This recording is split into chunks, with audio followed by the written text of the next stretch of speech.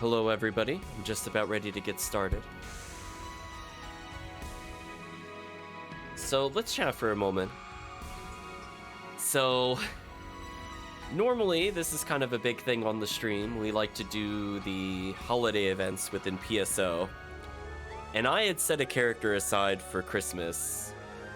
And I had been looking forward to this all year. And I got the most depressing news. Literally, the day the event was launched. And I'm just gonna state it.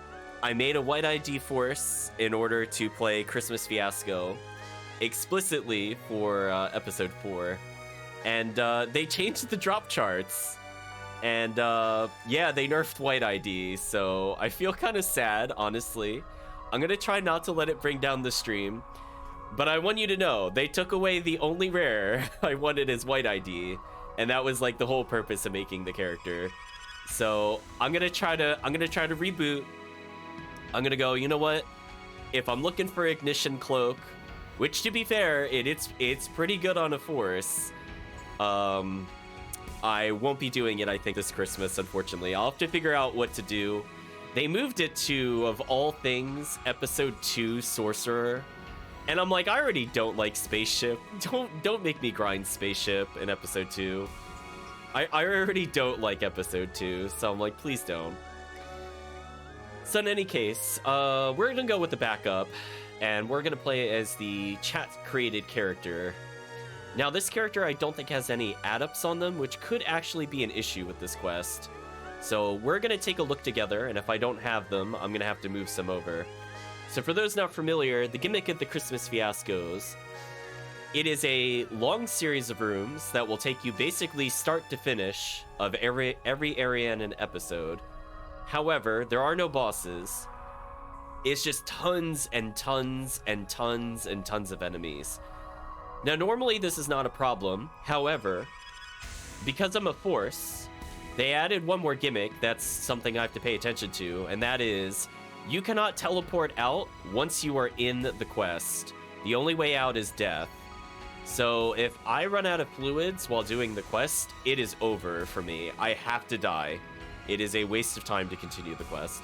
Now, fortunately, I think they got rid of a time limit that was originally implemented in this series of quests when it was released in the GameCube, to my knowledge. And instead, it's just a time tick up so I can see how long I'm in the quest. So thank you, because this would be like impossible to do solo without like truly horrendously top tier stuff. And as much as I play the game, I do not have like those S-rank needles and all those other fun things from challenge mode. So we're gonna go ahead and get started. So let's jump into the game. So let's see, moment of truth. Actually, let me do one thing so I can read chat a little easier. There we go. Sorry if I am sniffling a bit. I will try to reduce it. I am coming off of a kind of brutal cold. Just a lot of congestion. And unfortunately, medicine does not really seem to do anything for it, but it should hopefully go away in a couple days.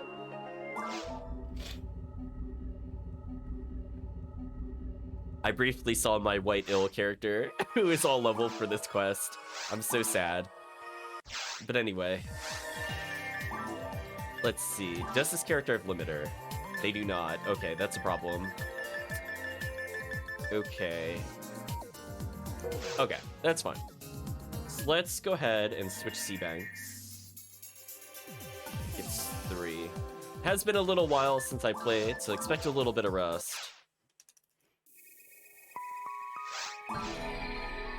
I did at some point promise to do the Halloween quests because we had some technical issues last time while we were streaming and we did not get to showcase those.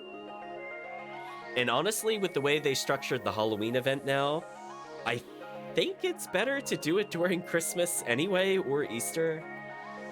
I think we were joking that we're gonna call them Christmas cookies instead of Halloween cookies, because there's like no point to using them in Halloween because there wasn't really like a bonus to the servers. Well, this is not the right character bank. I'm just gonna pick one. The downside, I really wish I could sort my character banks a little better. I did them in the order I wanted to play them, more or less, instead of having like a long-term solution. I mean, I got kind of lucky in that all my forces are mostly on one page, but it is what it is.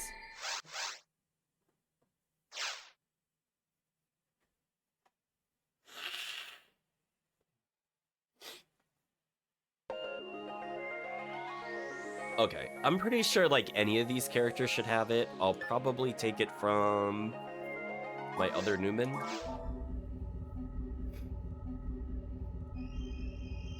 I mean, I could do an orange ID clear since I'm here.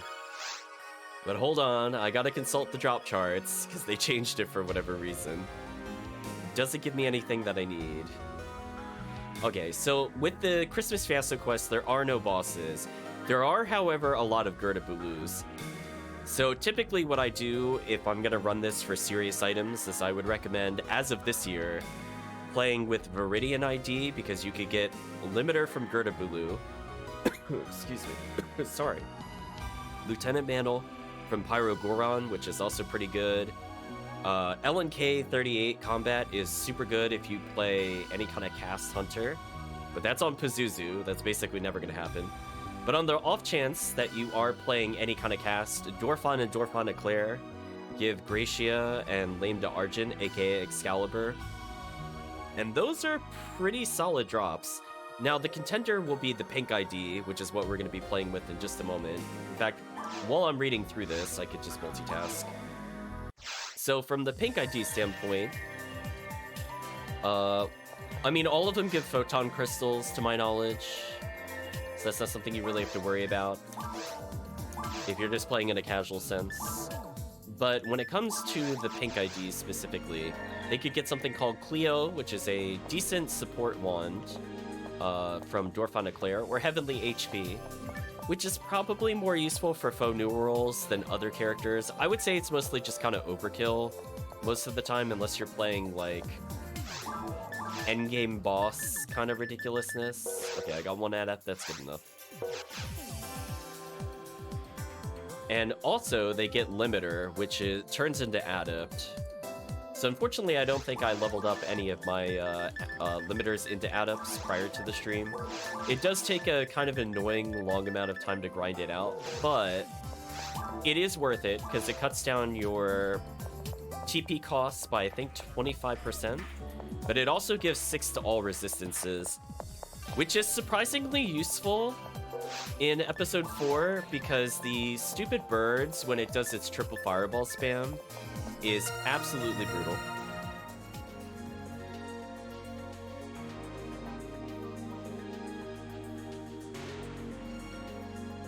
Welcome, Chris. I see you've resubscribed. I'm assuming that's the gift subscription from before. Okay. We should be good now. Sorry about that. Actually, I forgot to check if the other character had a magical piece. I might as well put it in the share bank. I guess there's no downside to it. I'd rather spend like another 20 seconds doing that than go in with a character without magical piece. That would be absolutely brutal terrible.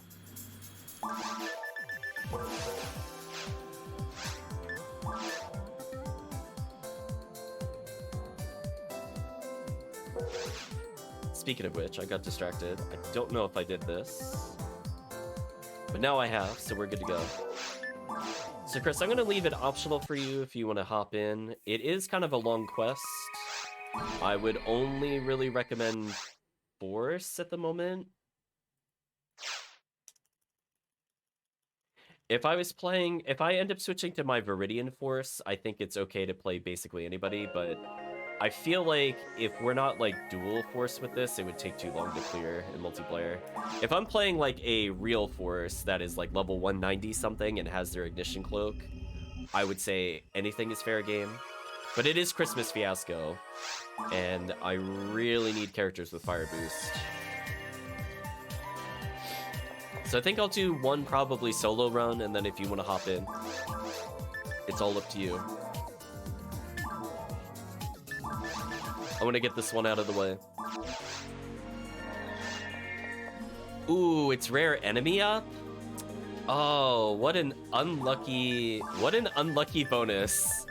This character doesn't really benefit that much from rare enemy up compared to some of the other IDs. So if I go Viridian, I would actually benefit extremely well. I think I'll switch to Viridian after this. Unlucky. I should have checked that. Oh, this character does have a magical piece. Nice. I think I'm like one magical piece shy, if chat is curious. I should probably make another one at some point. It's not that I don't have the resources, I just forget to do it sometimes. Yeah. Does it mean, like, I could just go for another Excalibur / Pazuzu? Chris knows the infamy of Pazuzu, for sure. You know what? I'll put a Storm Wand away. This is fun. So I got a lot of Scape Dolls, which, ironically, I actually really don't want in this quest at all. This is a quest where if I die, I would rather die. I do not want to get revived. The reason being is I'm not going to have enough TP to complete the quest. I think even with the Adept that I forgot to equip, it's not going to be enough. So I will stare into the face of death and embrace the slam attack if needed. I guess that's the plus side of the phone rule. They die the quickest. So if I do need items comparatively, it's pretty good. I love how I just have like a V502 and V5 or V101 like right next to each other. Okay, I'll get rid of my Heavenly Mind for the Adept. It's not a huge loss of damage. Unfortunately, MST doesn't really scale that well in ultimate difficulty. It scales like super well in the lower difficulties, but man, oh man, is it just like absolute terrible garbage. Like, we're talking like every, on average, 5 to 6 points of MST is a single damage point, which is a pretty bad ratio. So me losing like 30 MST by swapping out the Heavenly Mind with that, I mean, unless it makes me miss a damage threshold, I don't really care. I mean, like, if I see something living at, like, 30 health, for example, in one of the other areas, I will know I missed the damage threshold, I guess. Okay, we're gonna skip the dialogue. Actually, let me do this, because it's a little easier for me to read the chat. Much better.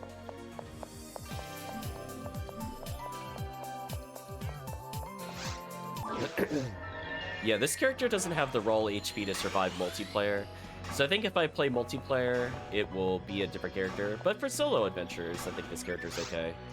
I have to be able to get through like potentially multiple Dorphons, which is kind of a tall order.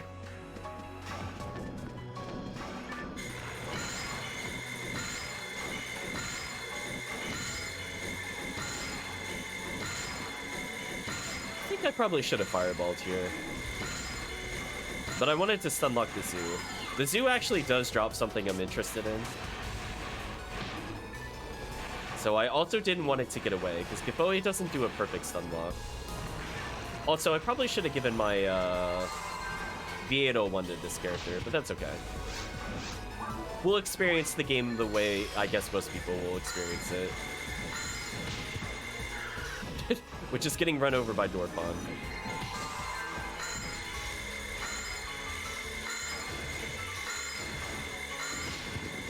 Dorphon's actually being pretty nice to me today. It's not, it wasn't really, slam attacking me that much. And I'll take that.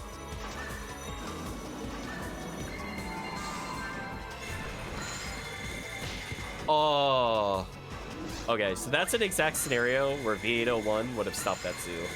Because I would have been able to attack fast enough. And that enemy forced me to block, so I missed my spell timing. That is actually brutal. I have never had that happen to me before. Actually brutal. Dorphon Eclair? Are you serious? Where is this when I play my other IDs? Oh, I feel so cheated right now, chat. I'm actually mad to see Dorphon Eclair. I'm so mad. Oh my gosh. Why couldn't this pop up on any other ID? What? I know. What could this mean exactly? What actual nonsense? You watch, chat. I'm gonna switch to Viridian ID, and I'm not gonna get Dwarf on a Claire.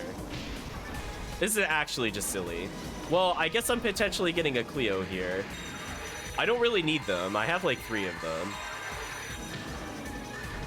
Annoyingly, I don't even remember what its weakness is. Oh, it's ice? I so rarely fight this enemy. I honestly don't even remember. Like, we're talking, like, I see this monster at most, like, twice a year.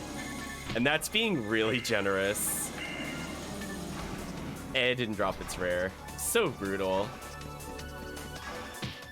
Cleo, at least people would want on, like, the Ephinea market. So it's like, it wouldn't be, like, a total loss, but man, that was just brutal. Alright, so here's an example where I was getting mollywopped by all those enemies. So I feel like it's very important to gel in with this character if you're not a high level.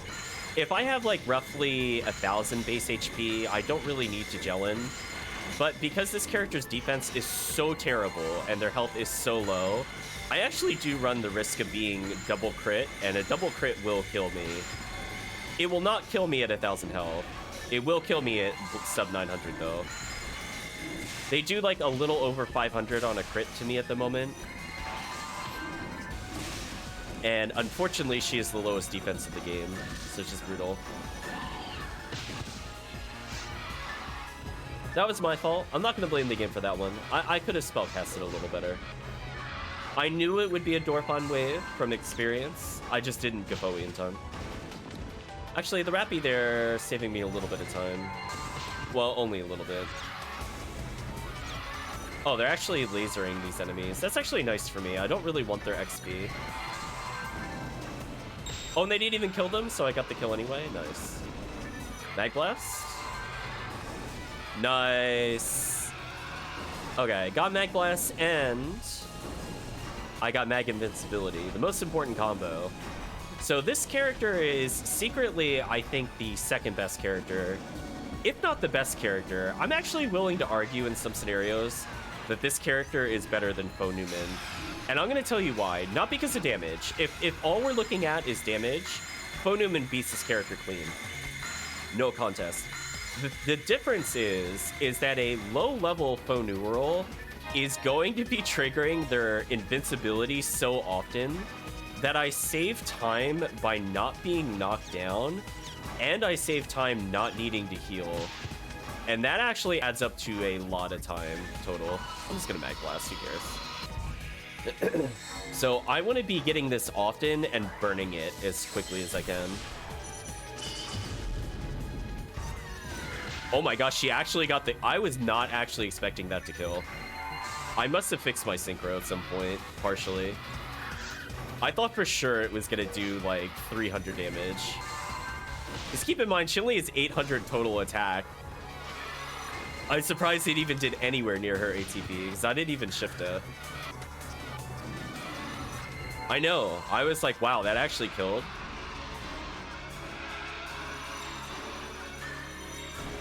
I mean, if it kills, I guess it's kind of nice.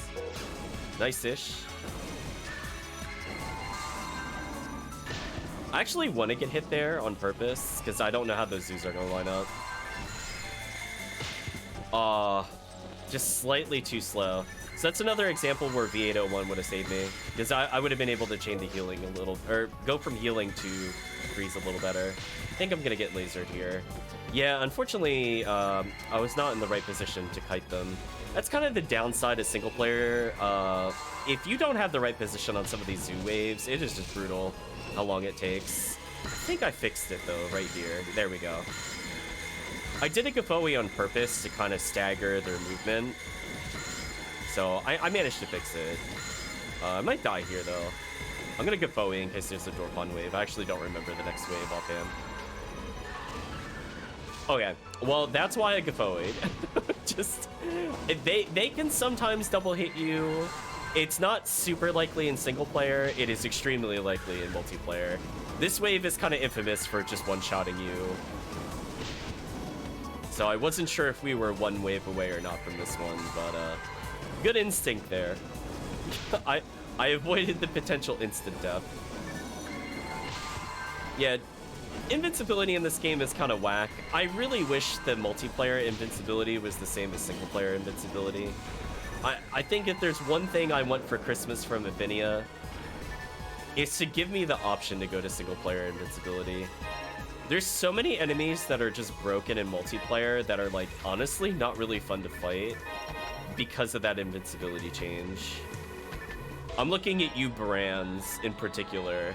You are, like, actual heinous nonsense. I don't know what they were thinking with Brands, chat. And by they, I mean Sega Team. And then, by extension, Ephinea for not changing that. I know. It's like, I would be playing so many more episodes if it wasn't for the invincibility. And it's not like it's a huge deal either way to increase it, because that's just like what the standard game is. I don't know. I don't feel like that's too crazy for consistency between single player and multiplayer. I don't think that's a big ask.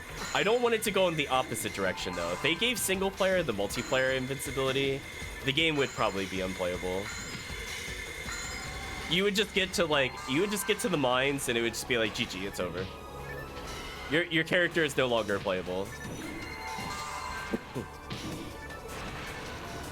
Yeah. Okay, I'm gonna walk forward. I used the Gafoi to stunlock the Zeus. Got a photon drop, not too bad. I'm gonna set up a Gafoi here to kill both of them. Yeah, I had a feeling there was a dwarf on there. Good call. I'm gonna try to freeze the zoo now that it's here. I do have mag invincibility, which is super useful. And this is what I was saying before. Like, that ended up saving me a ton of time by just getting mag invincibility at the right period of time.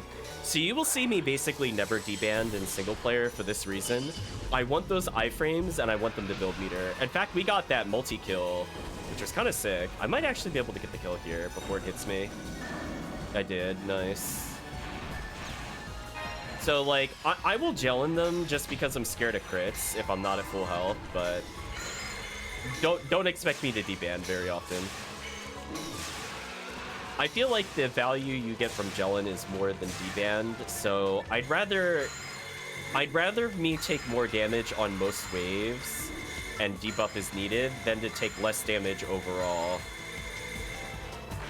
Even though it costs me like a turn to debuff them, quote unquote, it's probably okay. I'd rather the Buddhas, for example, build up my meter. I'm mostly scared about Astartes, or if I'm at like 300 health versus Buddha. Oh, I didn't debuff one of the Astartes. That's annoying. I'm gonna use a Dimate to bail me out of the loop. There we go. I'm not sure which one I missed there. I wanted to get both of them specifically so I wouldn't get in that loop. But got a little unlucky there. They're knocking me towards the laser, which is a little concerning. I'm more scared of the Astartes than I am of the Dwarfons. The Dwarfons, you could kind of manipulate them. Like, you can see they're not even hitting me here, for the most part. And I have a lot of time to heal in between. The Astartes, however, will combo loop me, which is a problem. Ooh, I was out of range of one of them. That was unfortunate.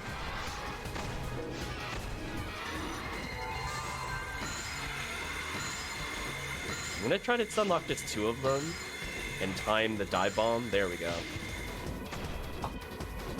Speaking of unlucky, yeah, that is the downside to the strategy. If you do get crit, you will get knocked over occasionally with this character. It's kind of annoying. Although I think these characters are just strong enough that it doesn't matter. Unfortunate. I should have debuffed them for the C's. That's fine though.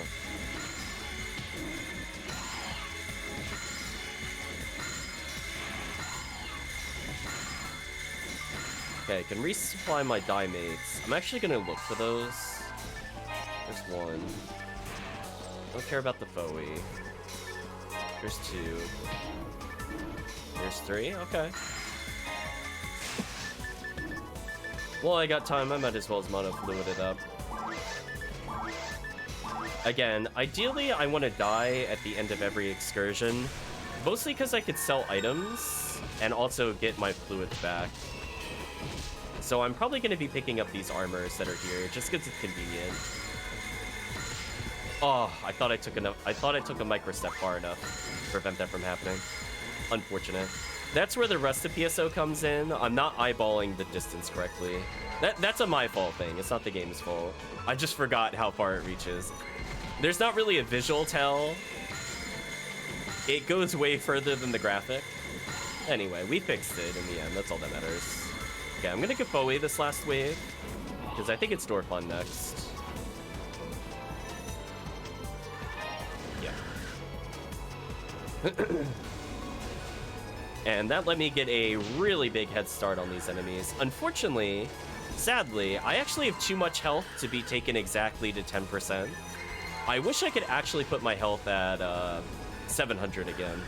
Like, this character at, like, level 90 is, like, unironically one of the best characters for it. Because not only does the Mag Blast fill up incredibly quickly, but almost every strike gives me Mag Invincibility. So hopefully we get Mag Invincibility here. We did. Okay, nice. That'll save me some TP. And time. Oh, final wave. Unfortunate. Thought there was one more.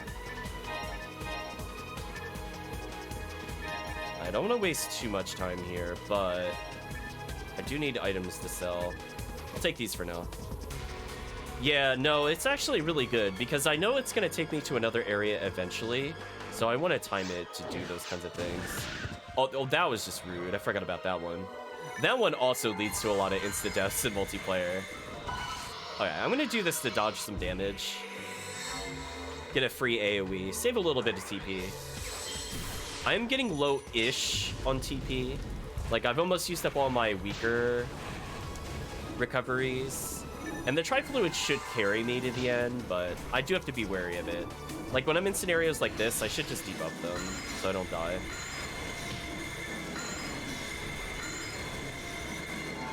I actually wasn't sure if that was going to kill me or not, if one of them pushed me into the laser, but they didn't combo that. So I think we're good.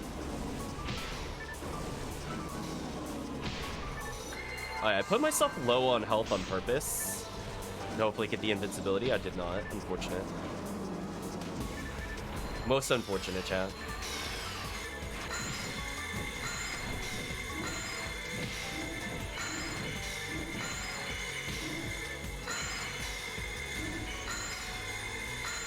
Again, if I die, it's not really a big deal either way. I'm just trying really hard to prop the invincibility, but it's not happening. Use the Tri-Fluid here.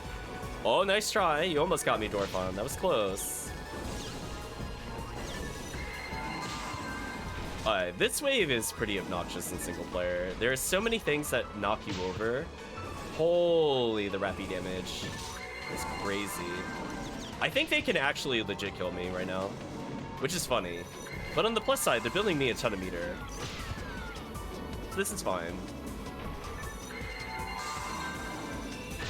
This is also a scenario where they do so much damage that even if I debanded, it wouldn't actually make a big difference. I think they could still kill me if they crit. Rappy with the highest attack power in the game, basically. Silly. Ooh, traded blows there, not great. I like to think they just always have like peak day at the gym. Like, I don't know what it is with their bodies, but the damage they output is insane.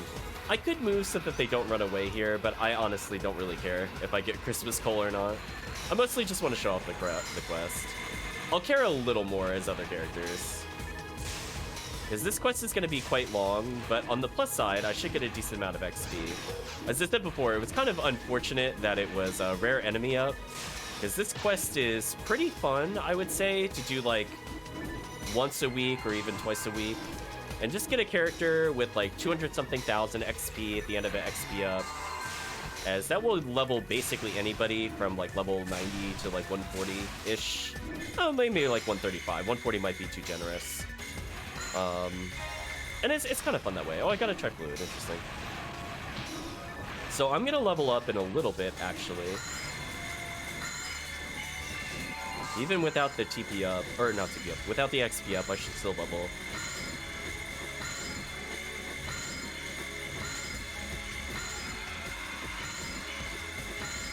Yeah, when I go for like coal runs, like if I really just want coal, I'll be playing episode 1, and I'll be playing Terrell's Ego, and just farm the beginning forest area into like worm boss. So that way I could at least fish for some rares. Oh, this is actually a bad position to be in.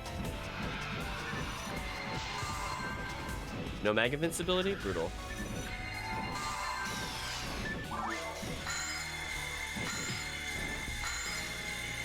Yeah, unfortunately, unlike Easter eggs, which is where I would care a bit more, or Halloween cookies, these things, I have to get them in like units of 10 or more for it to be useful to me.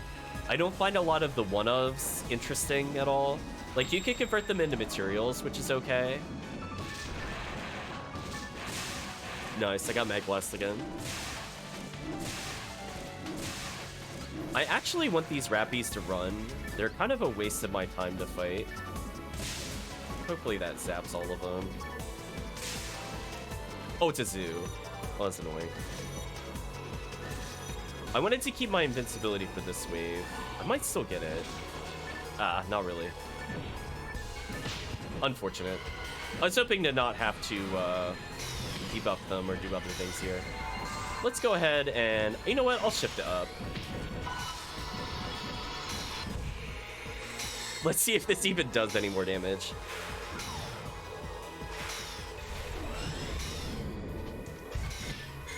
A 1,000 damage. Wow, single player, you're so generous with how much that does. There is no way it does that much in multiplayer. I refuse to believe. No way, chat. Only 814 attack. I did 50% more than my ATP. Like, okay. Yeah, this is the wave I thought I was getting into, if chat was curious. I just wanted invincibility for the initial frame so I could set up more Gaboes, but nope. On the plus side,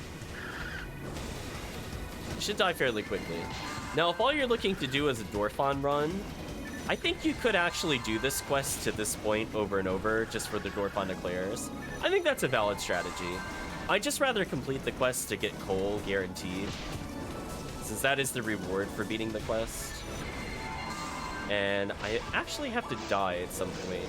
I think I'll kill this wave. We'll go to the next area and I'll die to the whatevers. I think it even matters. Although the goal though is to kill as much as you can before backing.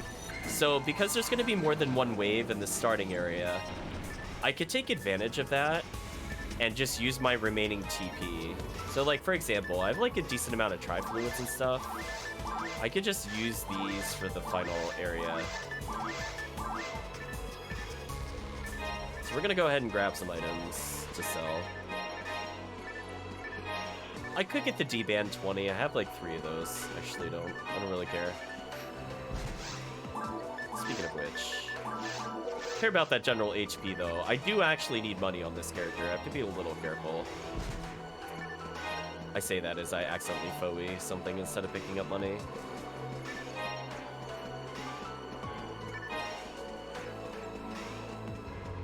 So our goal is to burn as many item slots as possible so I can hold more items. So you can see here I'm going into the next area.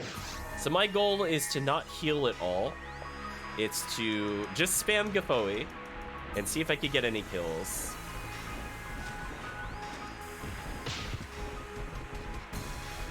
Actually, you know what? For these enemies specifically, I'll kill them. Oh, damage threshold. We were just talking about that. If I miss it by like 30 or less, I missed it by 20. So Heavenly Mind actually would have gotten a kill there. So we got punished for not having Heavenly Mind there. I want to get a little further than this. There's better things to die to than Marissa's. I will not use the TP up though.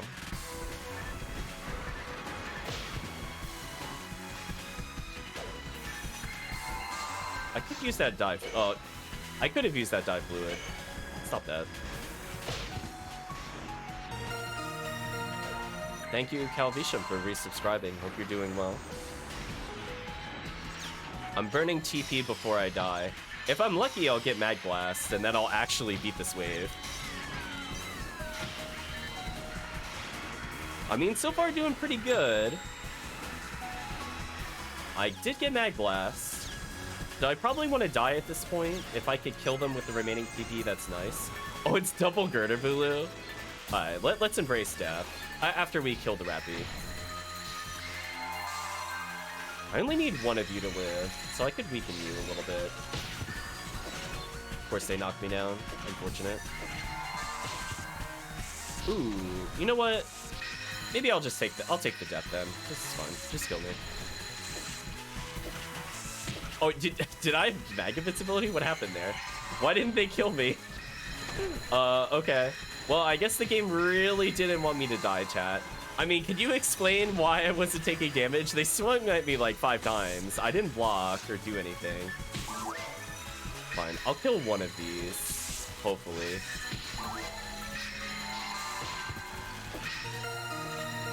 Thank you, Black Fox, for subscribing. Hope you're also doing well. You're doing editing for a Lunder videos.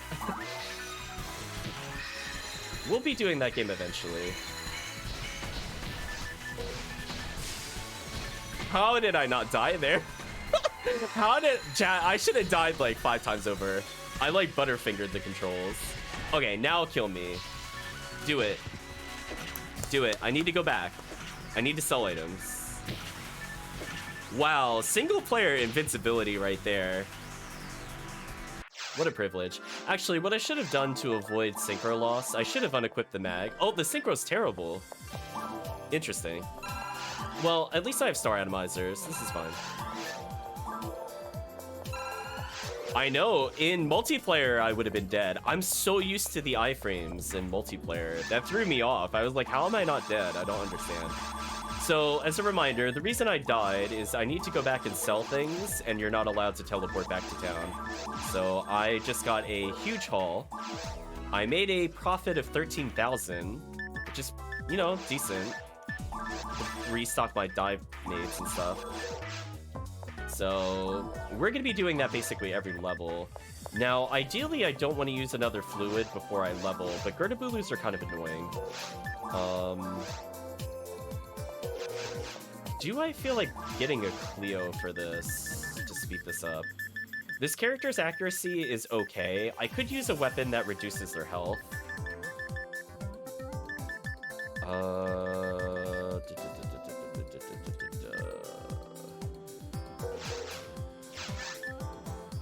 I mean, 150 accuracy isn't terrible. It could be lower, but it's not as high as it should be. You know what? I'll humor myself. I'll bring one of the items in. Let's get, it's Hell, right? No, not Hell. Yeah, we'll do Demon's Ray Gun.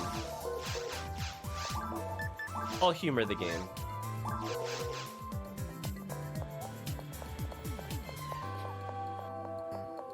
I'm mostly just recovering from illness, Calvisham. I didn't want to start a new game because my voice is not going to be able to handle multiple characters, but just talking normally, I guess, is okay. Now the question is, okay, I didn't offer it. I put Meagid here, which is great for episode 2. However, for the handgun, let's make it a special attack. I think because we're now underground, I will use D-Band.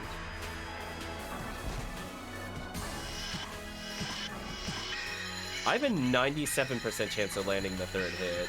So if I stop getting ice attacked, I should actually land this. Unlucky. There we go.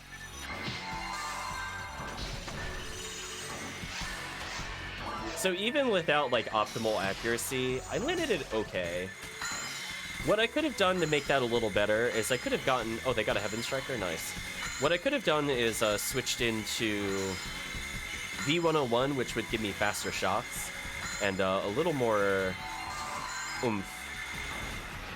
So, single player, this character is actually surprisingly good with guns.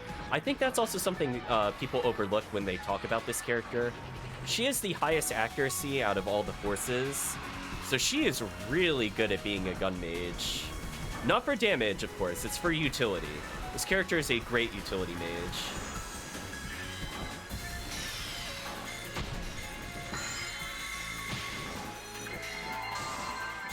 Unfortunately, I think this Goron detonator is gonna kill me.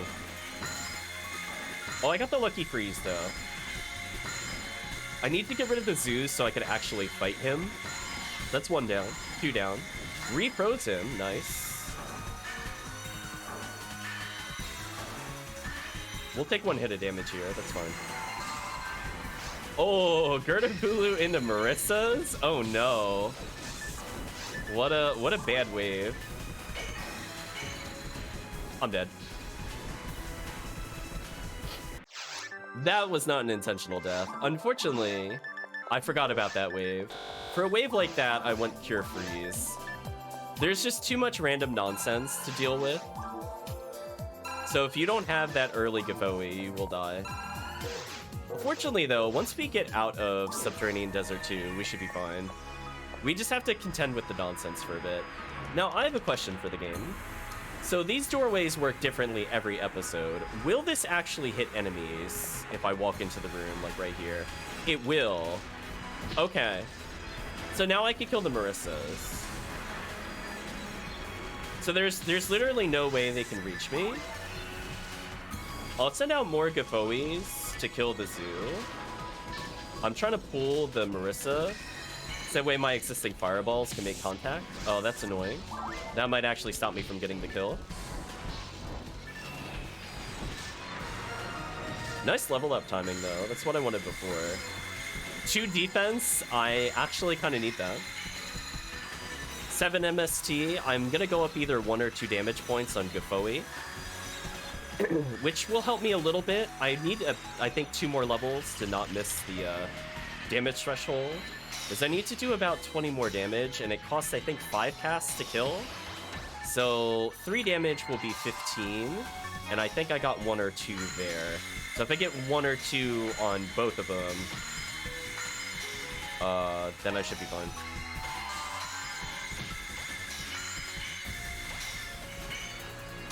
You know what? These guys are a little tougher. Let's go ahead and deband.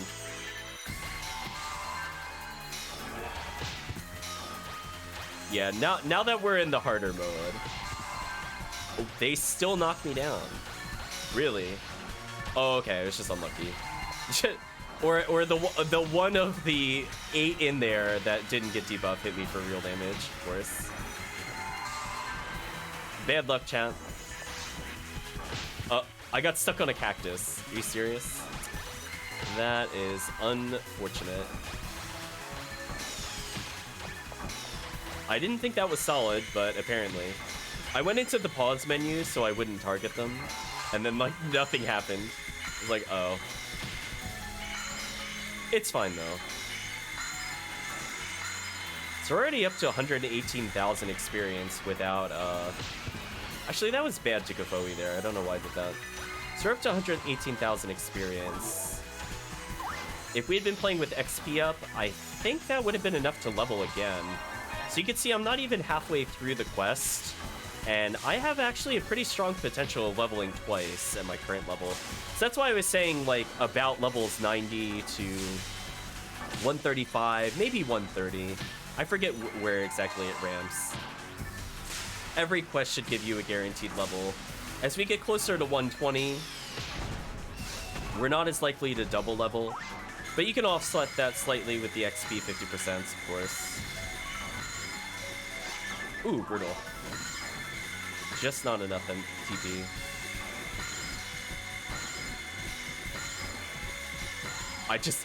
Please don't hit me, Rappy. Thank you. That's all I wanted, chat. Just don't get bodied by Rappy. That D-band is probably not enough. There we go. That Rappy's all by itself. It gets to leave. I don't feel like fighting it. Get out of here. Oh, double Gerda-Bulu? Brutal.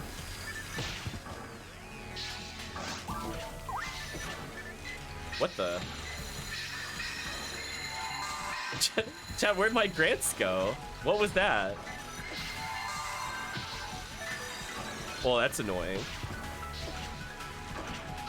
It, like, did the animation I only normally see that if I swap weapons, but all I did was use a fluid into the grants. I'm not sure what happened there. Special. Anyway, that caused me to get hit. Oh no. Stop it. Stop it. Invincibility frames? Yeah, there we go. Thank you, Phonural. We were getting kind of nonsensed out there, but we're fine. Secret strategy of just get hit a lot is working. We're good. Okay. Now I can tank this like a pro. When it's just one Gertabulu, it literally can't do anything to you. I'm just showcasing that if you time grants properly, it doesn't even attack. Like, it's not possible for me to die to that enemy once I get a grants going. Which is why I was sad when I got hit out of my stun loop on the one that was closest to me.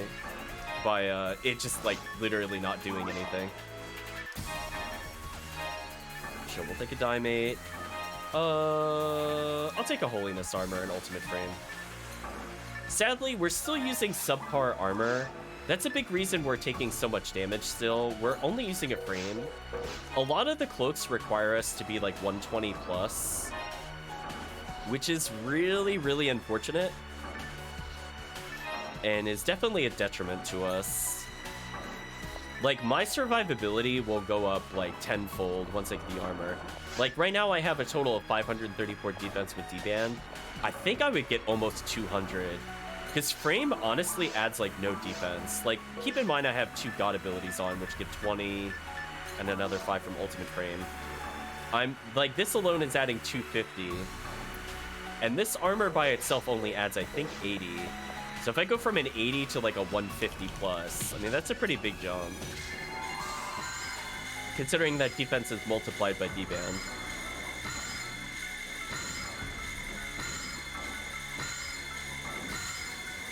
I actually want them to come back in the room. There we go.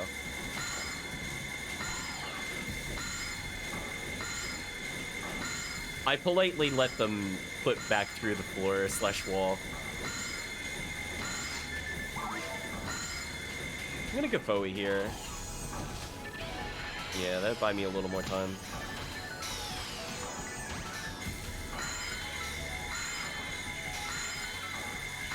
I love when I could get them stuck on each other like that. Just like very small movement manipulations. It's not always like 100% guaranteed. There is like a little guesswork involved. But if you realize they're gonna rebound on each other, you can react to it and kind of fix it. Because whenever they get stuck, they go into like a circle animation. Like, see how he's like trying really hard to circle around the enemies? You could kind of get them to bonk into each other repeatedly. Like there, he was trying to back up to get around the other enemy. But we already killed him, so those just free hits for us. Like little small things you could do, make life a bit easier. I am really not liking this Gertabulu right now with the satellite lizards. I have a very high chance of dying here. Or they put me at the perfect distance and I stun lock him anyway? Okay, that almost never happens. That was a bit lucky. If I had been off by even like 2 character steps, the Gafoe loop would not have worked. But we actually managed to make him not attack, so I'm kind of happy with how that turned out. Now that was not an intended strategy. I can hope for it, but oh boy. Let's reset the room immediately. Listen, chat, when in doubt, you don't have to respect anything this thing does. So we could just kind of walk in here and do something like this, for example.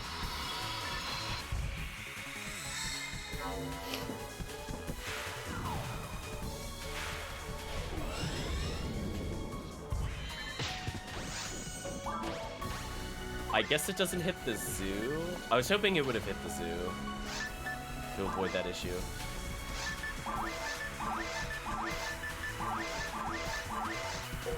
So we're gonna let them reset again, it's fine. I'm mostly just trying to kill the Marissas, so if I could get 3 or more fireballs on them, I think they're basically dead. Yeah, case in point. So we're gonna cheese it a little bit, chat. Don't tell people I know about the doorway strat. So those fireballs are live, so I think all the Marissas are dead. The only thing I have to worry about is Ravardaing.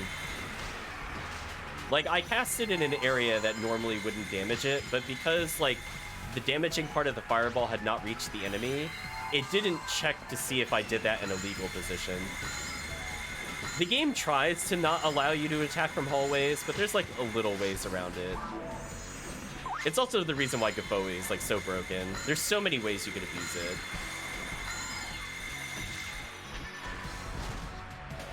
Oh my gosh, I actually stunned him with regular Foe. Rare. Oh, unfortunate. He teleported literally on me. That sucked. He didn't even get hit by the fireball. That was just super, super unlucky. Speaking of unlucky, game please. Where are my Gerdabulo iframes on this attack? Thank you. Slightly too slow. Yeah, this is where V501 would have helped me for a lot. I will actually pick up the Scape Doll here. I'll drop it if I do want to die, though.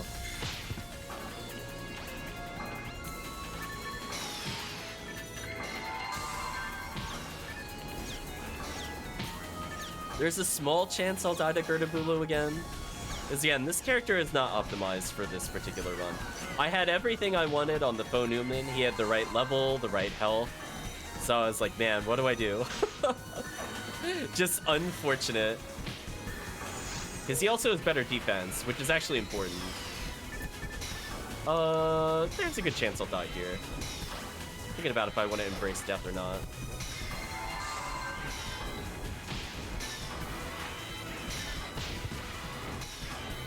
I think I just accept death here.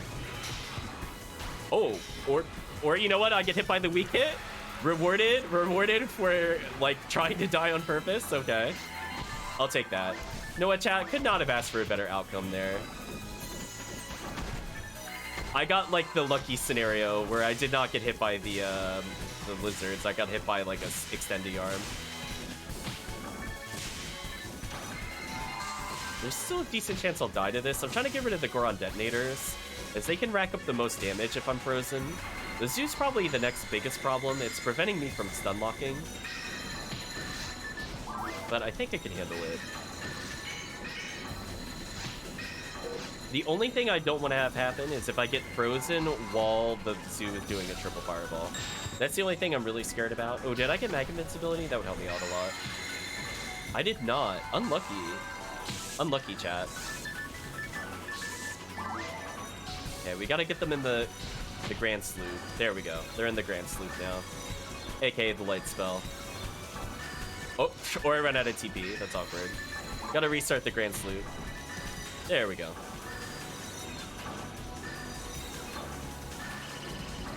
Oh. You know what? I think I just take the death here. Might be able to kill them with a Photon Blast into AoE. I wanted to heal, or I want this Scape Doll to recover some of my TP to make life a bit easier. We'll see. I didn't die from that. Okay, you know what? Fine. We'll take that as a sign.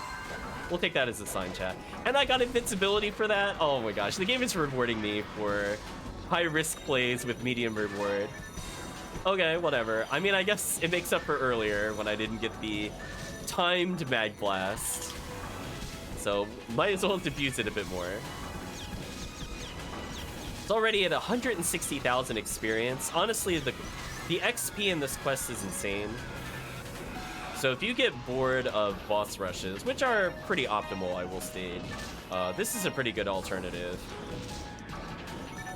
As you can see, I'm just being hit with like wave after wave after wave of enemy. Ooh, Goron detonators.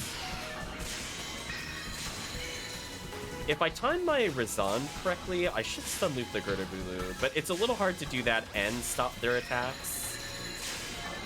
Like there, I paused one attack, but... Okay. You know what? Let's give it another shot.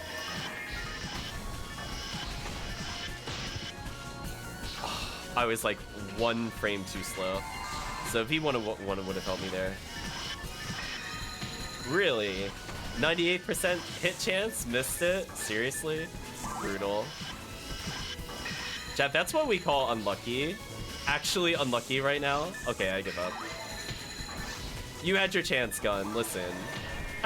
According to that, I had a 98% chance of hitting. Now, granted, it'll be a little lower due to distance, but that is incredibly unlucky to miss that twice in a row. Super, super unlucky. It's like a 3/4 chance. It's not even like that bad of an odd. We just got really, really unlucky. Oh well. That would have saved time if any one of those had hit, but the downside of gun, inconsistencies. Wow, I got almost all my tri-fluids back, really? Huh. Well, I'm gonna burn my dye fluid so I can hold more items. So I think we're about at the end of this area. Although I do want that mine material. Oh, Star Atomizer. Maybe I can feed it to the mag. We'll feed a Trimate to the mag because it doesn't matter.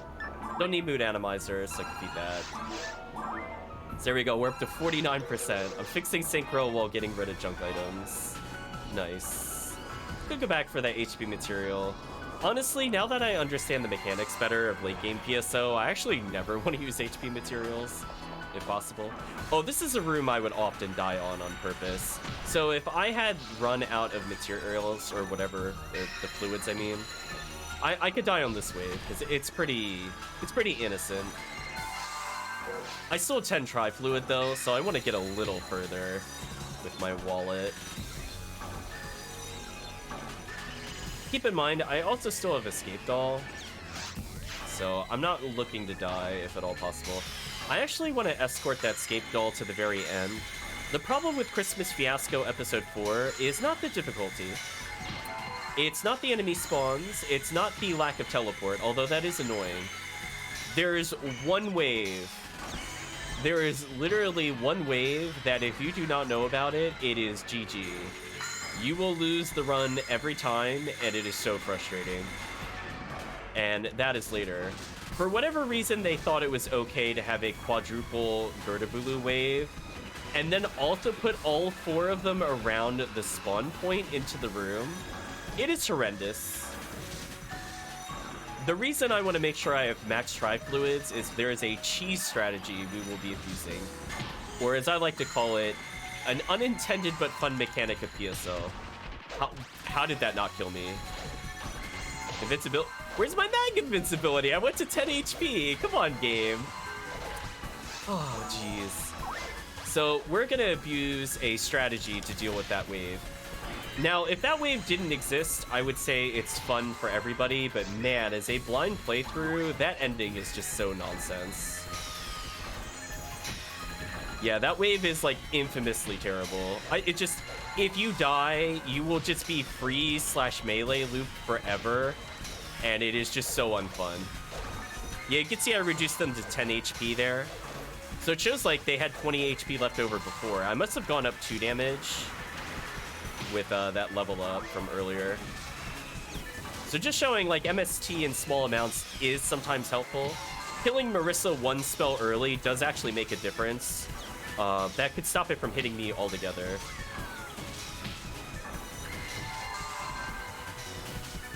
Why don't I just use a Galwind? I could. I don't have a Galwind, though. I could farm Gal Griffin, I guess. I don't really have an ID that's good for that. I also don't like episode 2.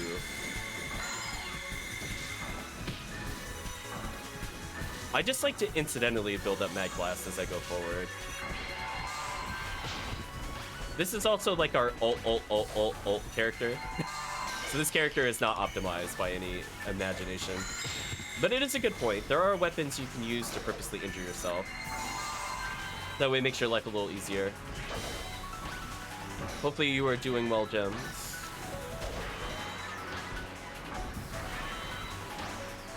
I'm really sad, though, they changed the drop rate of the white ID. I would have loved to have been the Faux Newman for this challenge. But, I don't know. I have to think about what I want to do with that spare force. I'll think about it. I was really hoping to get that Ignition Cloak, though, because that would have been perfect for this character. Because she's still even using basic armors, which is horrendous. Also, what are the requirements for Galwind? I don't know what they are offhand, but on the Faux Numeral, her ATP is just horrible. I mean, I guess if it's MST based, maybe it's okay. I actually don't remember. If it counts as like a card, I guess it's MST based.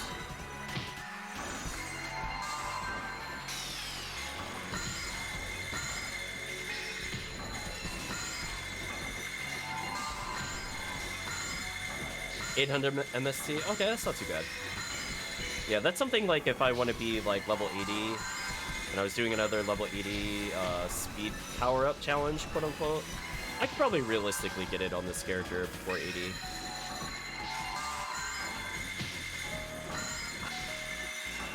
Gerda actually trolling. Slightly out of sync with the monsters. Let's fix it a little bit.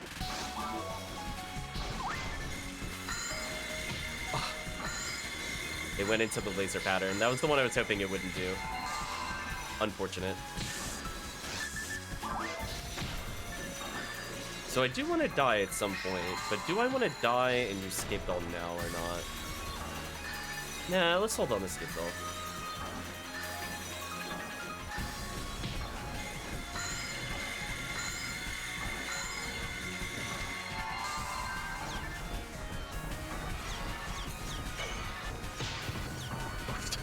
That damage, though.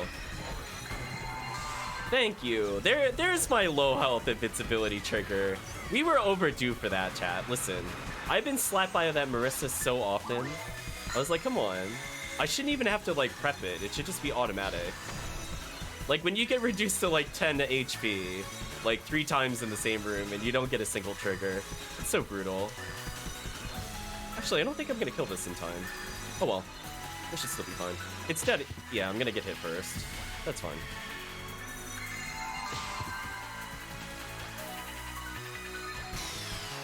I'm gonna do a quick heal. I don't trust that thing to not crit kill me, so I'm gonna go ahead and do that.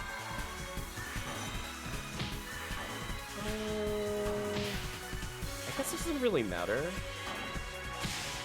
Yeah, one sad thing is I don't have a V801 on this character, so I feel like the females are a lot harder to stun loop the Goron Detonator. Like, normally if you're like a Foe Newman, for example, you could just like unequip your weapon and you could just chain like the Chain Lightning spell, and that'll shut down like a whole room. But the females are just like slightly too slow. I don't know if there's like a magic weapon that I could just randomly equip to be faster than one, but kind of disappointing. Hello, Kirk. Hope you're doing well. I'm still kind of congested and coming back from sickness. I think we're gonna go ahead and die. Yeah, that sounds like a plan. So, I don't trust myself to have enough Tri-Fluid to finish this. I will briefly play Daylight, because why not? So I'm gonna go back and sell things, because I need Tri-Fluids. So we'll see how far we get. I mean, I guess I could do something like this for now. A little bit of baiting. I'm gonna get in a better position for the next wave, so I'm gonna stand here, I think. I think the next wave is Pyros. Yeah, we're gonna leave that Escape Doll there for our return trip. If they do happen to kill me, I'll just take the early back. I want to get as far as I can in this wave. Oh, this is not the wave I was thinking it was. You know what? I'll take the extra Gaboe here. Oh, they did kill me. Nice. Okay. I'll take that. That's fine. Sadly, I think some of them will come back because they died during my death animation. But this is fine. I wanted to get one more wave before going back, but it's whatever. So I think what I'll do is I will sell our items because I need money for Tri-Fluids. Yeah, probably not enough trade. I don't really care about these. That's fine. That was a little early on the back. I will stay a little bit. But hey, now I'm restocked. Yeah, I like to die within like the first room or so of the area. If I'm really not confident, I could bring another Escape Doll on purpose. Save a Tri-Fluid. I think I need 5 Tri-Fluids to clear the final area without being screwed. I think. So because I'm not feeling 100% confident, because I died a little early, what I'm gonna do Let's take a spare escape doll, because this is like having one more tri-fluid. Good enough.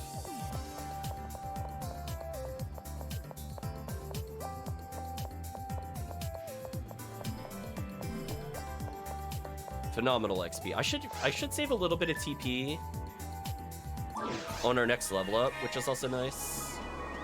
Chat can see why I left the escape doll where I left it. Oh, we actually did kill all the Marissas. Nice. I wasn't sure if it would count them. Because sometimes if they're in their death animation, even though their health is not registered, they still revive when you die like that. Like, I think we killed some of the satellite lizards, for example. Like, they were definitely at 0 while I was dying, but it didn't count. Because their animation didn't finish. So that's fine.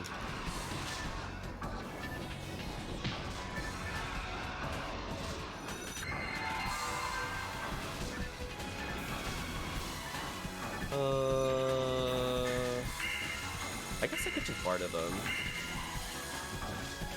If that zoo ever comes back. Come back to us. I want your drop. Thank you. Setting up for another wave. Oh, it's just pyros. Not what I was thinking it was, but that's fine. We'll take it. Nice. Got them in a good loop. Goron Detonator messing up my combo. Mag Invincibility, nice. There we go. We're finally being rewarded for playing this way. Thank you, game. Zondis faster. Yeah. Nice. I get a free Marissa kill. Thank you, Mag Invincibility. D-chat, like, sometimes it pays off to be this character. For this exact reason. Killed all the Marissas without needing to worry about anything. I mean, ideally here I would Chain Lightning, but it's fine. I'll just stick to Resolve or something. Or like, yes, build me more meter. How close am I to leveling? Not that close. I think I'll just pop a Tri-Fluid once I get down to the last hit.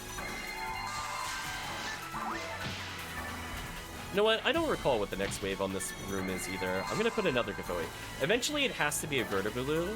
I just don't know if the Gertabulu wave is here. Oh, it's a Yaoi wave. Okay, that's fine. Yeah, I love using Dimates as my get out of jail free card. If I mess up, it just lets me walk away from my issues. Ooh. Alright.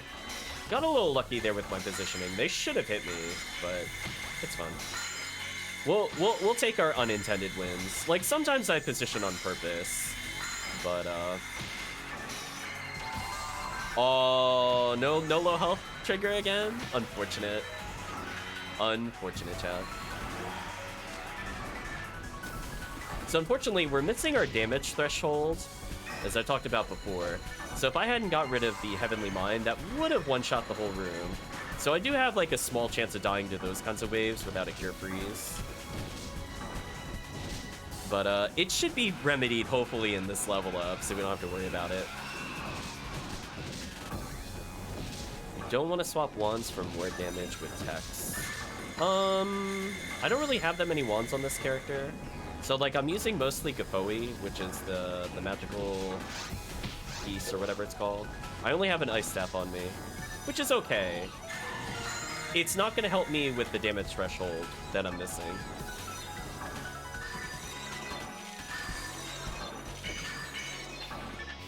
When I'm playing more of like a support course, I'll bring like a Cleo or something with me. But when I'm solo, I don't really find it that useful. Need the Sigh of Gone for Zon. I don't have that one. I have a Summit Moon. I feel like Summit Moon would be better, no? But again, it's more like, I don't usually use the single text that much. Like, I will use single lightning on like the Goron Detonator if there's just one of them. It is faster than Grants. I will use Barda on the zoos if I get them lined up properly, because I can hit both of them, and the damage on that is absurd, but I don't know. I just feel like the extra menuing when I have like 4 wands is kind of eh. Hopefully you're doing well, Clomagod. It's the quest you get from the Epsilon quest. I don't know what the Epsilon quest is. I think I know what Epsilon is. That was like in the tower of episode 2. But that is like my least favorite like episode to play. I'm like, I will do many things. Episode 2 is not one of them. That was just brutal. Oh yeah, that would be why. Yeah, no, I don't do the tower quest. I've played a few quests that go all the way there. I've cleared them. I have never had fun doing them. It's just like, I feel like they're meant for multi-man, or I need like challenge mode weapons. It feels so bad to play them solo, unless I'm like, Ramarl did like okay. I don't know. Like, I could never see myself doing that as like a cast. I would really be interested if there are videos for people doing episode 2 as just solo cast. Because some of that just looks like absolute nonsense. And then my follow-up question is, were they using S-rank weapons? I imagine they were. I think I've seen like Heaven Punisher, if I'm saying the right... I always get confused between Striker and Punisher. I've seen that used on the Ramar, like switching between like Frozen Shooter to do enough DPS on some like the stupid Murder Flowers. But yeah, I don't know. I do want to try that at some point. I just kind of stalemated on my Ramar for levels. Like, I am interested in that. Like, that freeze into sacrifice special does look kind of nice. Tower is fun when you have people that know what you're doing. Oh, that's unfortunate. I don't usually play with a whole bunch of people. So it's usually just me and Antares Convoy in the chat. So tower with just 2 people is like, it's a choice. Like, we could cover gaps with just 2 people, but it's a little brutal.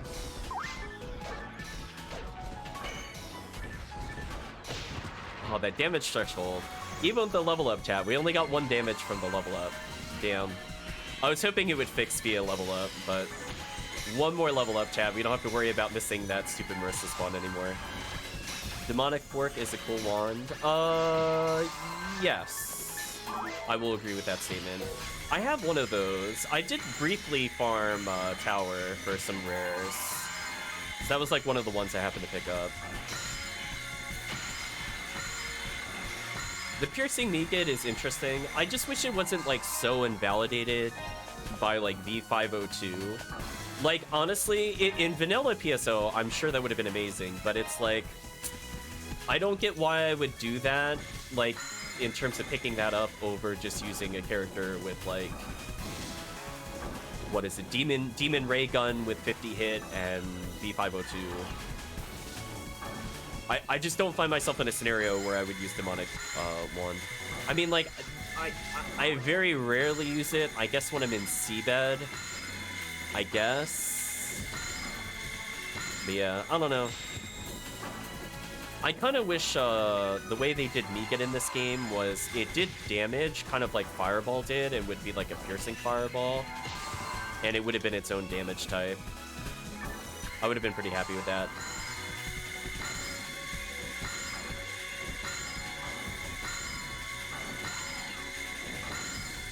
But yeah, as is, unfortunately...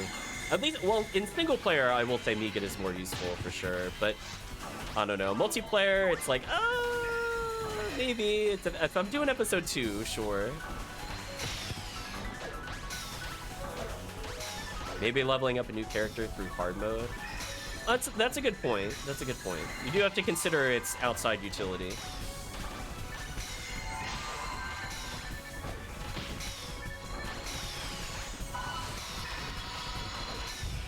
I'm just gonna blow my Photon Blast.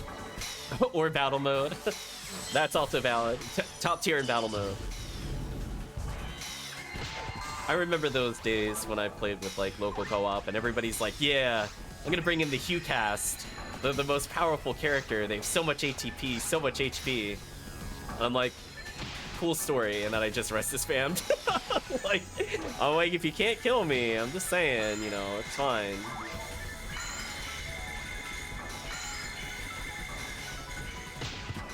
But yeah, we'll see.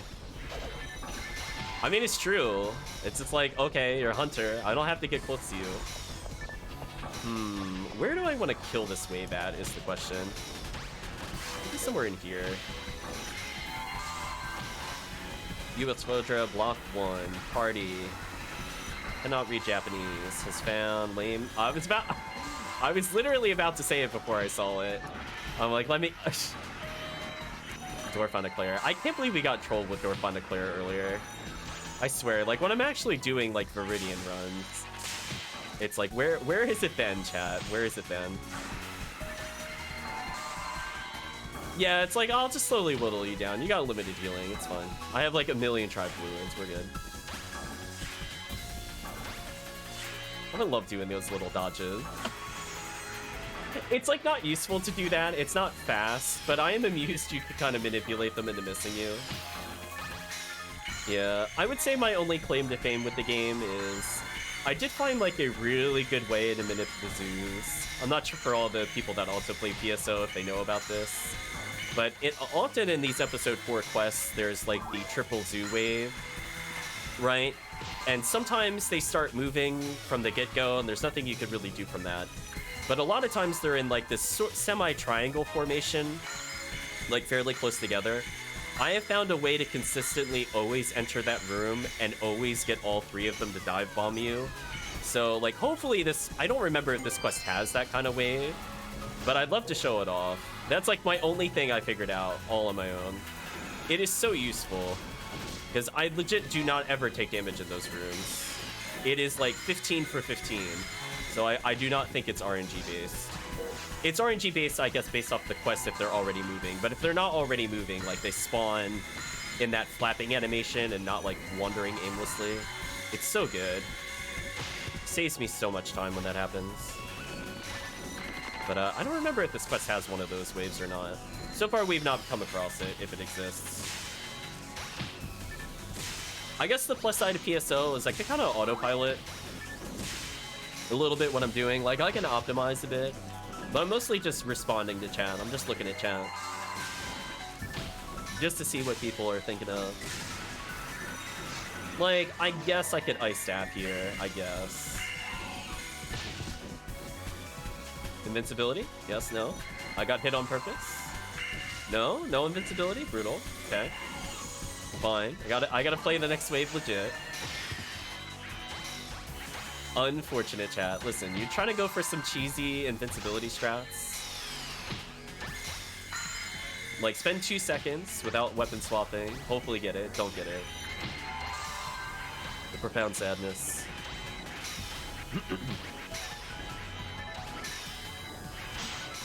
But yeah, I think we'll be switching characters. I need a character that's a little tougher, I'm gonna say. Like, this character's fun and all. This is a character made by the chat.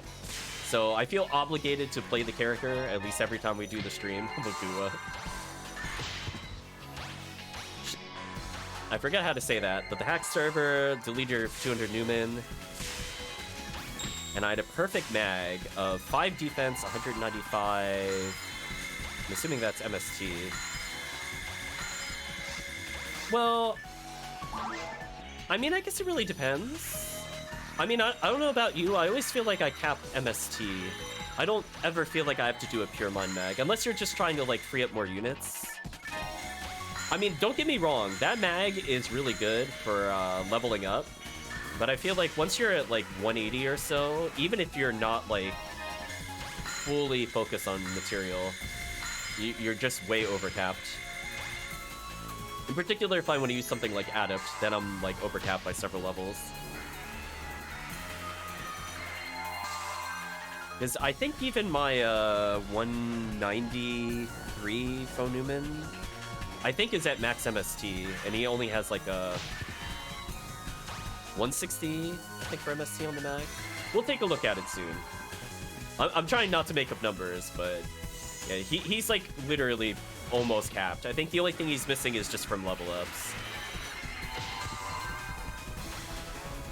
We'll get there eventually.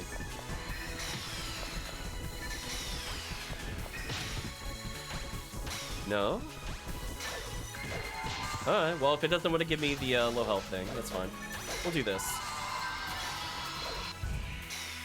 We'll just chain rest immediately into Mag Blast, that's fine.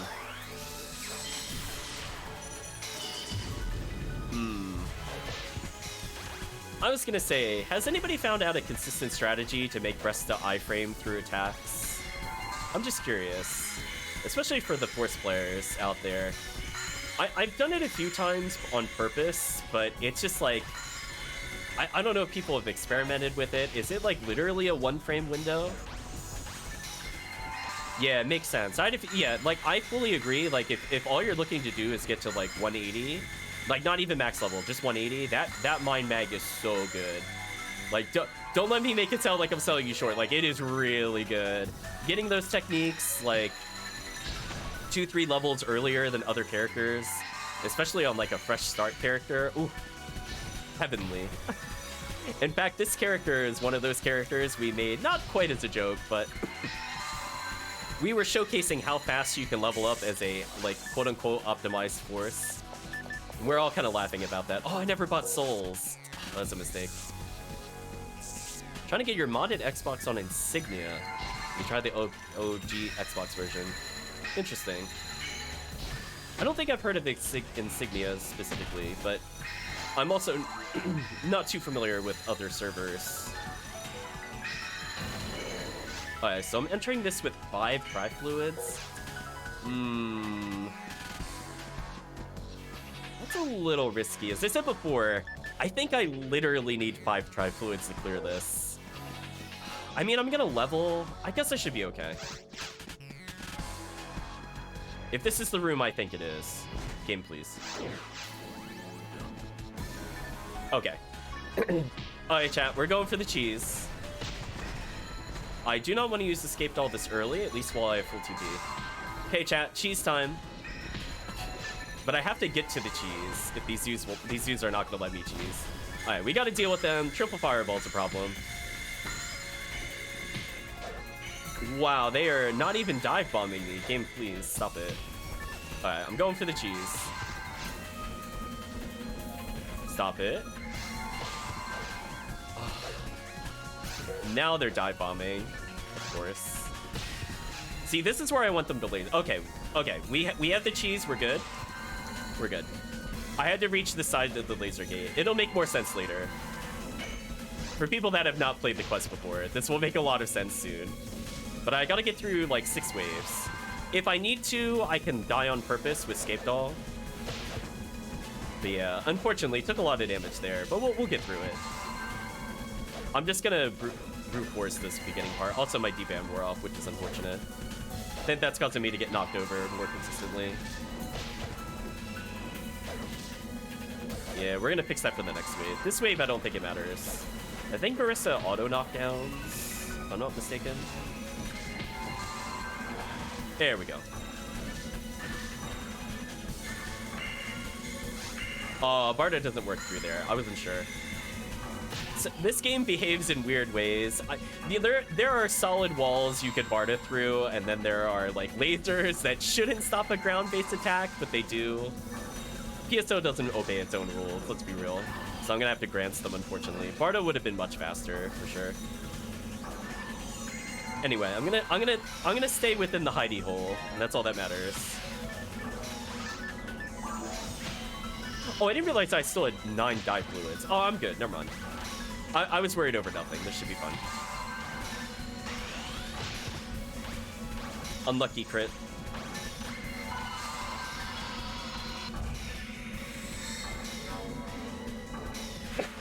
Ooh, excuse me. It's pretty much another Xbox Live service. You connect to it and crossplay with GameCube. That's interesting. Yeah, we're playing on Ephinea, which is a semi-vanilla take on the game. I know they just recently introduced another ship that is literally vanilla. I think it even gets rid of Blue Burst, that plays more like the console versions. Now, the downside to this cheese strat is it does slow this wave down a little bit. As long as I don't go too far from here, this is fine. We're going to pull them in a little bit. I just want to make sure that I'm, like, never too far beyond this point. But yeah, I don't know if other people do this strategy for the upcoming wave. Like, this strategy is not good for clearing the waves up to there, so definitely in a 4-man group, don't do this. But in, like, a single-player environment where a Gerda-Bulu will just murder this character... You know what? I'm okay with the Rappies running away. I'm gonna just Gaboe them. I'm okay. I don't need their low chance of cold drop. I don't really care.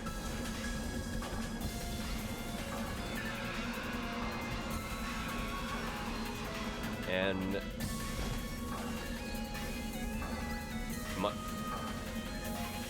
Oh. Okay. That was weird. That's fine, though. As long as it eventually zons them, I'm okay. Maybe I hit the wrong button or something. Ooh, unlucky. I don't want to see the fireball one here. Now, normally I don't care what attack the zoo does, but there are some scenarios where I do care.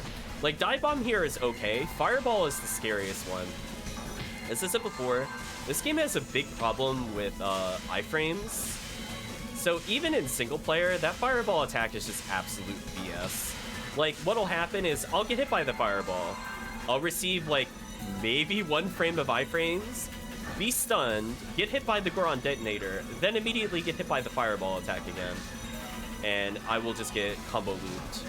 And it is super bad when that happens. And also not fun. So anyway, let's burn our dive fluids. Missed the damage by 5. Okay, this is not the wave I'm worried about. This one's also kind of free. I could take my time with this, for sure. If I die here, it doesn't matter. We escaped dolls. It's fine. Doesn't matter. That matters, though. I don't have soul atomizers. Really? You did the only attack that would kill me? Okay, now this is a problem. I don't have my safety escape doll. How annoying.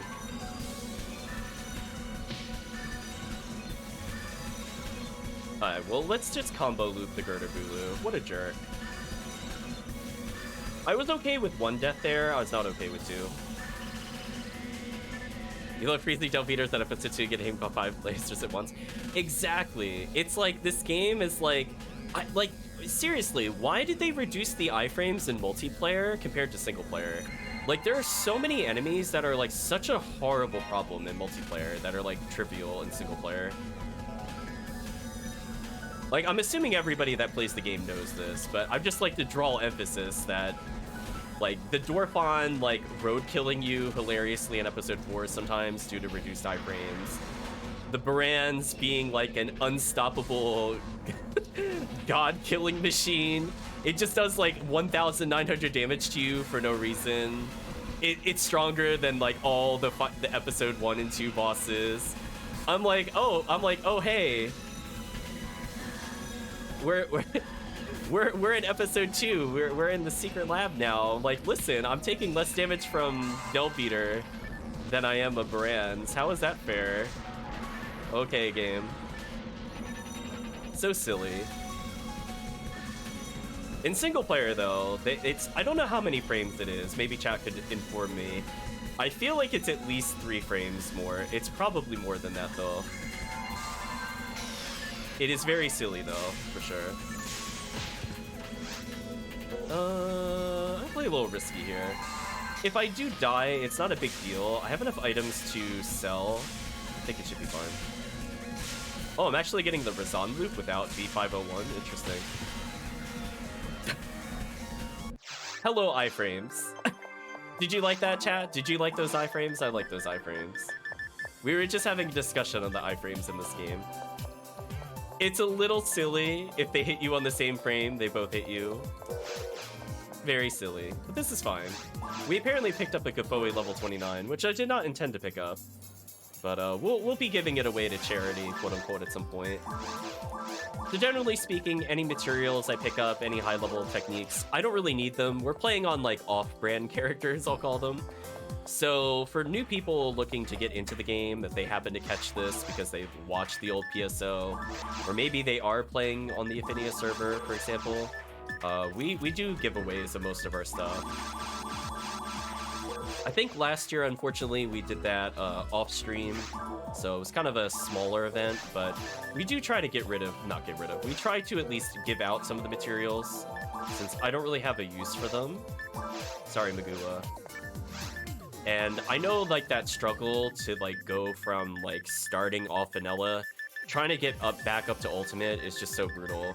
So, you know, like, right now we have, like, an okay supply in our share bank. I think this character has more, though.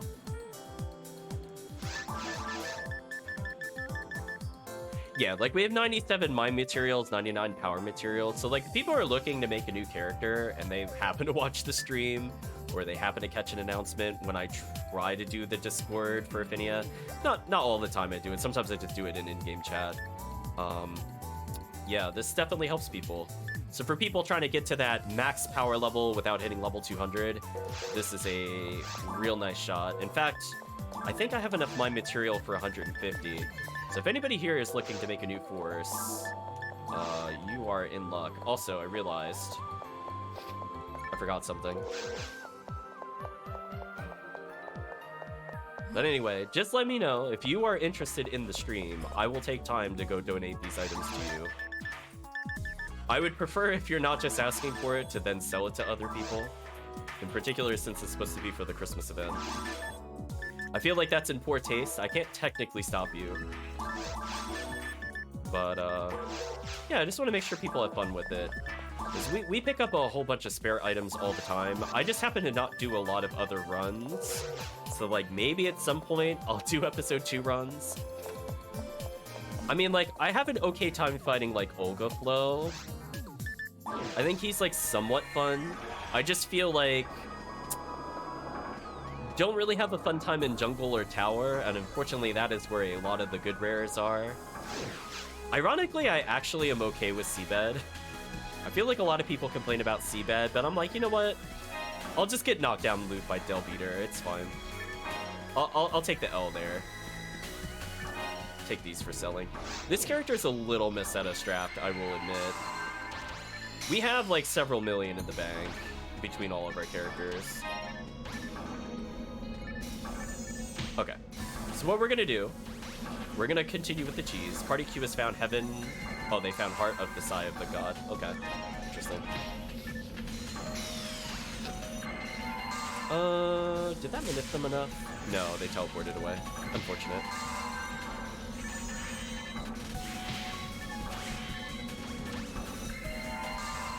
I was gonna say, hope. These enemies are always a threat to the Poe numeral. Her defense is just so bad. When they crit you, it's like GG. Oh, no. Oh, no. Let me be clear. When I was talking about doing episode 2, I did not mean that for Christmas Fiasco. Okay, if chat is... Actually, what would be interesting, if the chat has a favorite episode 2 quest that is not a horrible, unplayable mess in single player, I would love to know. I feel like I've played only a hand... Like, literally, I could count on one hand quests that I would even consider doing in episode 2. Like, you have, like, your respective Tomorrow. They had, like, an okay randomizer in Ephinea. Like, I forget what that quest name is, but I think that quest was okay. But yeah, I was really struggling to think of, like, fun episode 2 quests. I think, like, the special event ones for the max attacks were okay for episode 2. Like, I do enjoy doing, like, for example, the Lily runs. I actually find that kind of fun. Because I have a lot of characters potentially to do Temple. But man, I was really struggling. Because, like, more often than not, like... Oh, they beat Contryu. Interesting. That, more often than not, I just felt like the quests would just be, like, really low enemy density. Like, maybe chat feels the same way. Like, when I'm comparing, like, XP per second there, it's just not good. Like, granted, it's never gonna be on, like, episode 4 level, but when I'm, like, doing, like, Caves episode 1 on Ultimate, and it's giving more than, like, half of the other quests, it's kind of a problem. I think we were playing one quest the other week. I have to check the name again. That one was actually kind of fun. because it was like an Excalibur hunt where you fight the apes. Maybe chat knows what quest I'm trying to think of. And all you do is just fight the apes there. It was like so fun. I was like, wow, there's actually like a decent enemy density. It's like not a terrible grouping. Oh, here we go. Here's the BS wave, chat. This wave right here, if you don't know about this wave, absolute garbage. This quest is unplayable. But hey, we've activated the cheese mode. So I'm just gonna press one button and I'm just gonna read the chat. Oh, yeah. So that's what I was saying before. Like, there are like elements of episode 2 I find fun. Just like from a console version, the tempo was really hard on split screen because the camera would just go into like the walls randomly, and it was kind of annoying. But like single player tempo, I think was okay. We have to eventually get challenge mode weapons. Yeah, this right here is the cheese. Listen, I'm not dealing with Quadra Gurdabulu. I don't know how many other people do this to clear the quest. I find this quest like otherwise kind of unplayable. Like, it's really fun up until this point. So if I'm looking for like an hour and a half on like an unoptimized character, and I mean, it net me 336,000 XP. Like, that's not a super low amount, honestly. You know, I had fun doing it. Unfortunately, no limiters. Brutal. All these Gurdabulus, no drops. Rest in peace, Pink ID. Last chance of limiter. Get wrecked, apparently. I love it fools me after it dies. Oh yeah, we go full cheese trap for that. Oh, hey, chat. Look, listen. Oh, look, they're gonna offer a link, chat. You ready? Oh, chat. Oh, finger slipped. So close, chat. We too could have been millionaires. We're so close. What a shame.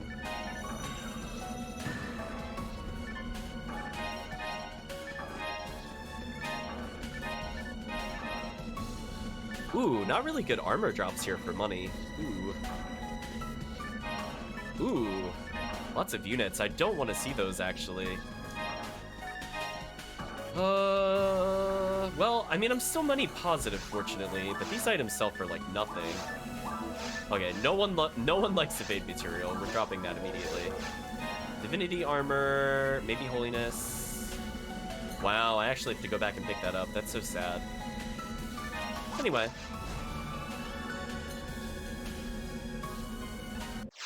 Nice casual clear. So we leveled twice in that quest. So, wow. Imagine if it was XP up in this event.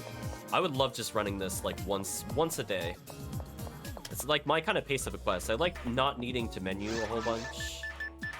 Little downside that I don't have enough TP to solo this, but on the plus side, I went money positive on this quest. So I'm happy about that. 80k, can't complain.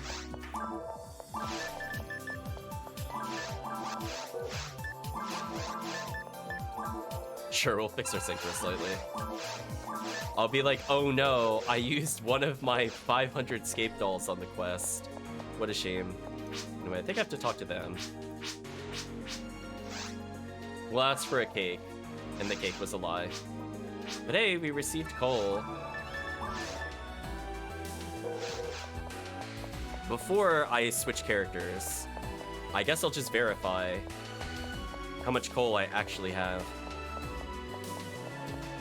I was gonna say, if anybody in the chat wants to join in, I think I'm gonna be doing a multiplayer game. I just wanted to showcase this character, just to get a little progress on them. Because I feel bad when I don't use the chat characters, for sure. She needs just a few more levels, and she can finally get her, like, ignition cloak. And I can get through some of the damage hurdles.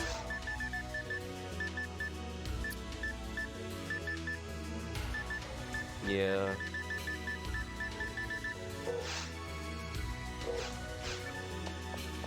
Ooh, excuse me. So I think I'll do this quest again, but I'm gonna pick a character that's more optimal for it. So we're gonna switch. I could... You know what? I'll put back these items.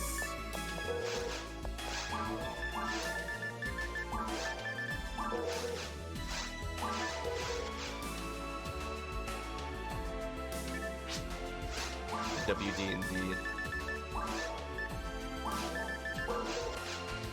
This should be fun. I love it's like detecting my walk input, but also trying to type in the chat. So yeah, decent amount of money. Then we'll just do a quick log off. We'll see if we get the Dwarf on Declare. 32,000 Meseta. It's pretty good. Is it just log off? I don't remember. It's fine though.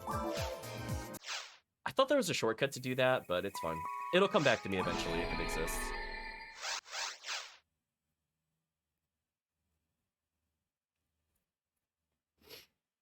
Alt plus backspace, thank you. Oh, did I type in the wrong character bank? My bad. I thought I switched it. I thought I did C-Bank 2, but I could have misinput because I was messing with the controller. Not this one time.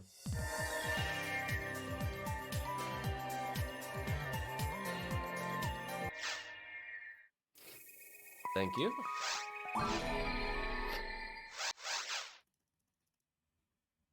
Yeah, let's play with slightly more serious characters.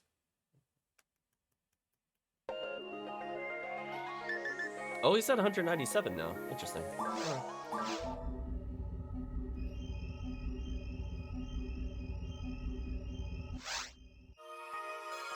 Oh. Yeah, I just hadn't played in a while. I'm sorry if I didn't mention it to you before, Chris. I probably should have. It was just kind of habit, and then I was like, oh boy, I haven't played in like 6 months. What was the input? Got a random ratio on this character. I think I'm set up to do this. I got Bringer's Rifle, that should be fine. Random Excalibur, sure, I should be good. So quick question, Chris, did you want to hop in?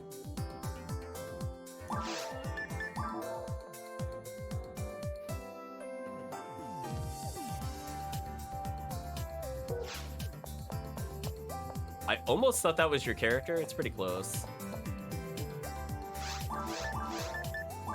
Let's make the game. Standard password. Oops. As I typo it, not quite standard.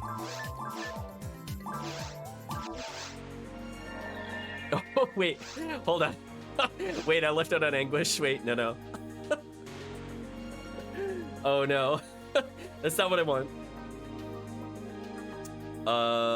Let's not do that. It's fine. I'll go back here. I was like, no. Not for this quest. Other quests maybe. This one, it's fine. I don't need it to be raised at the moment. I'm not doing like a Dark Falls boss rush thing. It's fine. Oh, yeah, I gotta relearn the server commands. It's been a little too long. Let's try this again.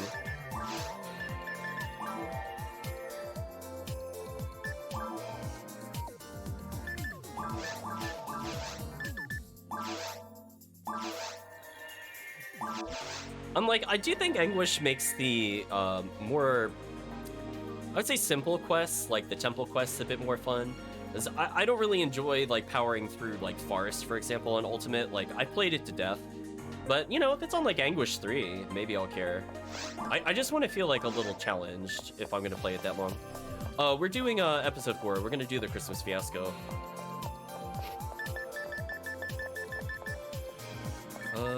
Do I need to put away my boss setup stuff? Not really.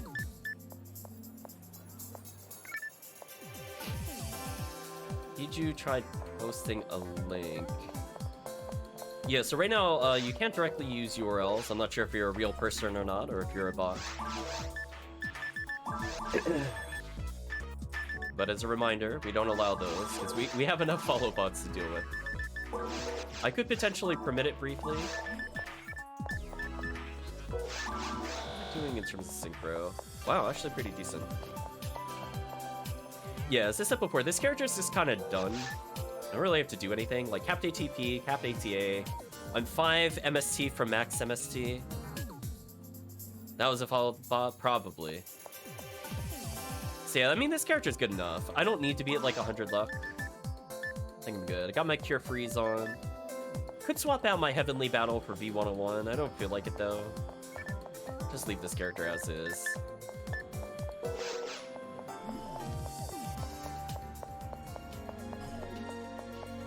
Okay. So we're just waiting on Chris, and we'll get started. Actually, I didn't look at my materials. 10 tri-fluids? We'll see. Sometimes I do bring in TP restoring weapons, but I prefer that more on the Fomoral than I do like the Faux Newman. I don't know if Chad feels the same way about forces. Like, I do feel like there is like a good reason to bring, for example, like the TP stealing weapons. In particular, because I can at least double use that item. It isn't just like pure TP up, so I can either have like the mech guns or any gun really to give me TP, or I can wield the pink, what is it, double saber? I forget what it's called. It's like the Vivian or something.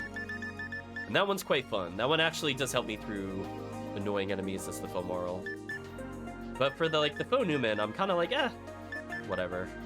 I don't think it really matters. Okay, so no V501 on this character currently. Or not V501, V801. So I'll have to keep that in mind. If I want to stun loop, I should probably unequip. I think that's fine.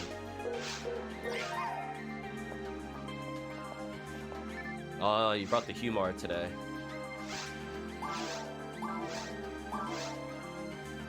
Well, good luck with the Humar.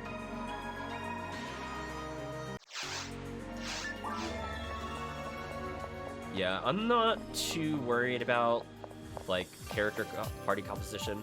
I just want people to have fun. I could, in theory, do, like, an all-cast party one day, but would rather be Humar and Rawcast in episode 4. That's interesting. I would love to know your reasoning for that later. Is it because you got a sniper with the Humar to deal with zoos?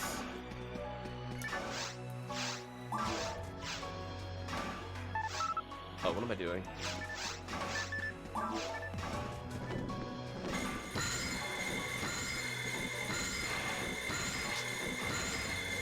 Less reliance on guns. I mean, that kind of makes sense. I'm just gonna stun the zoo. Okay. Yeah, I'll match up with Beast, that's fine. I thought about it. I should have committed earlier. I was trying to use the iframes from getting hit by the Astar. Didn't quite work out, though. Unfortunate.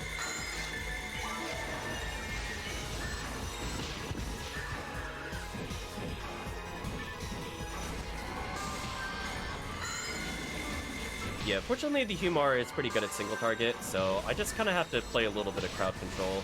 So that way the Hunter doesn't have a totally miserable life. Just like, just a little bit.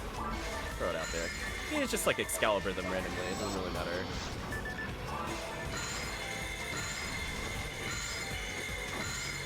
I think I'm out of range.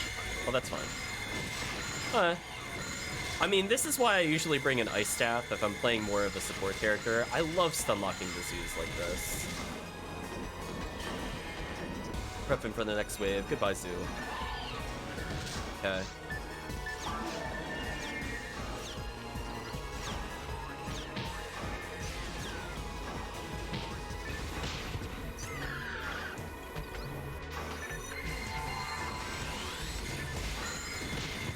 Interesting. I thought I did my Zalor, but I must have messed up my button input. So for chat's clarity, I'm not playing on a keyboard. I'm playing with the controllers. Sometimes the mapping is a little weird. I'm not sure why I didn't trigger that. I wanted to do this. There we go. That killed him instantly. So like some of my inputs are mapped to the right control stick, but sometimes the sensitivity is like a little off and I get something like I'm holding right, but I might get up sometimes or something weird. So sometimes my debuffs are not quite on point due to that. So I gotta touch up the controller, I think, between streams. It's not a big deal.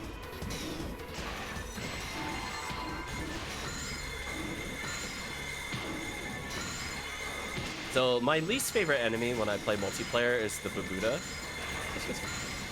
I hate that it requires me to use lightning. I do not like to use lightning. Freeze, even though it's not like super optimal, at least it stun locks to some extent other enemies. And if I'm forced to use it, I'm at least sort of chipping people out. But no. Hello, wall. I'm gonna do a safety Gafoe here, so that way I don't just eat it immediately. Or Gafoe betrays me. That's also fine. It's okay, Chad. You do the technique. You know about stopping the Dorphon charge. Forget exactly where they spawn. Immediately get hit anyway. Get wrecked apparently. Play better. Oh, they still knock me down. That's unfortunate. I do kind of unironically when I get to the point where they don't knock me down. I mean, it's bad to have that happen to some extent, but just want to experience the freedom of not needing to stand up again.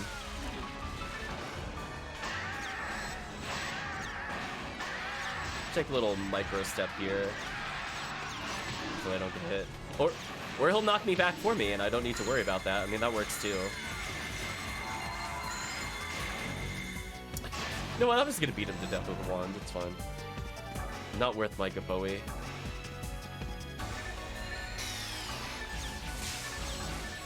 Ooh, Trifluid drop. Nice. A little more.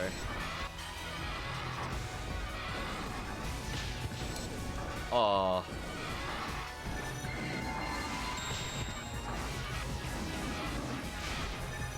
Sounds like Mag Blast on Chris's side. I mean, I've been trying to build up Mag Blast. I do want to get hit on purpose sometimes. Not all the time, but not enough yet.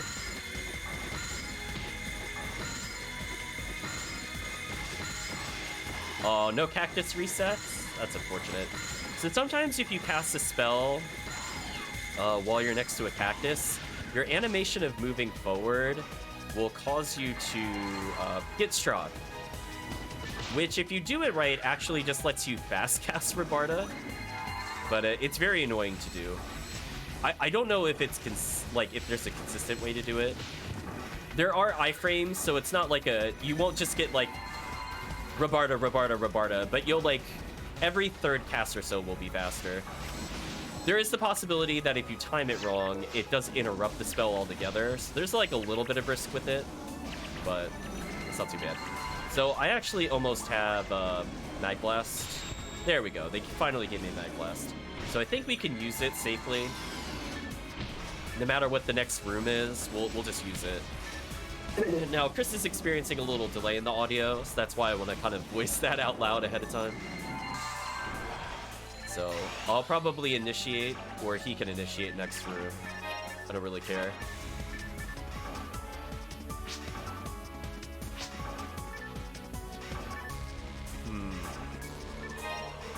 I don't want that Trifluid. There it is. Man, Adept is so good with this character in multiplayer. I haven't even used like a fluid, quote unquote. It's so silly. Anyway, I don't care about money right now. I'll choose to die somewhere later. I don't think I need to die this early. So let's go to the next area.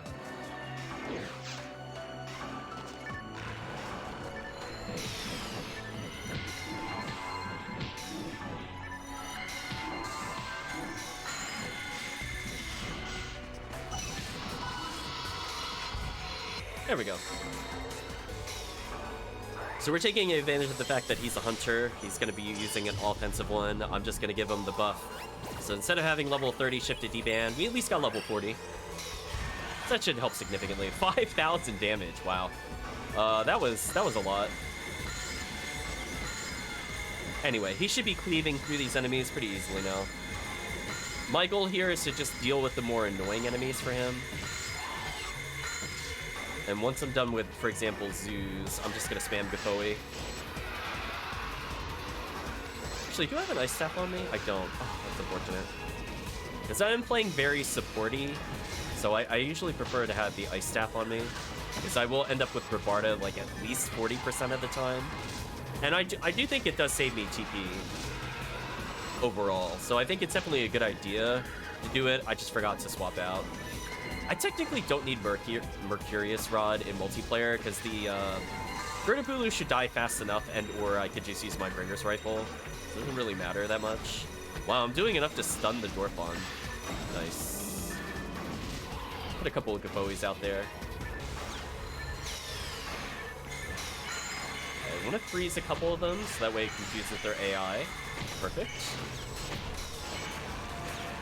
That buys me more time for spells. Stupid Babudas. A couple of Gaboes to keep us safe.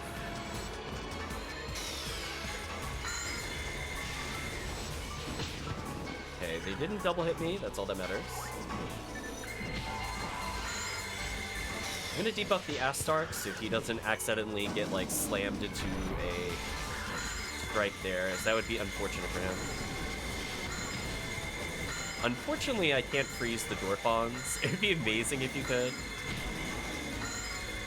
I find it interesting you could freeze, for example, the Del Beaters, and you can freeze the Apes in episode 2. But for some reason, not the Dorphons. Both of which are more threatening and more damaging, but whatever.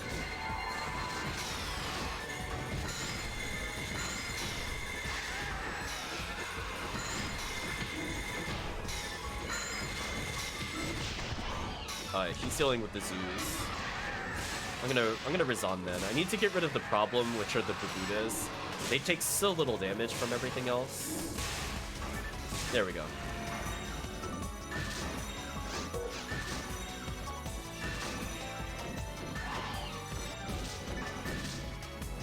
Okay, I'm gonna prep for the next wave with a Bowie. I don't know the optimal way to manipulate this room. They're too far apart for the normal manip, and they also start surrounding you, which is a problem. Heard a rare, got excited. Heard a rare, got excited. No, it's not any good.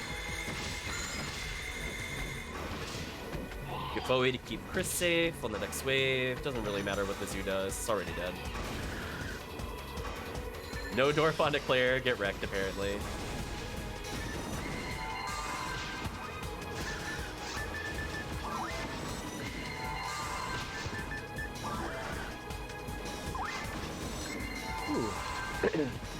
So from the standpoint of multiplayer, if they were not so split up, I could get away with like a Bringer's Rifle here, which is not a terrible idea.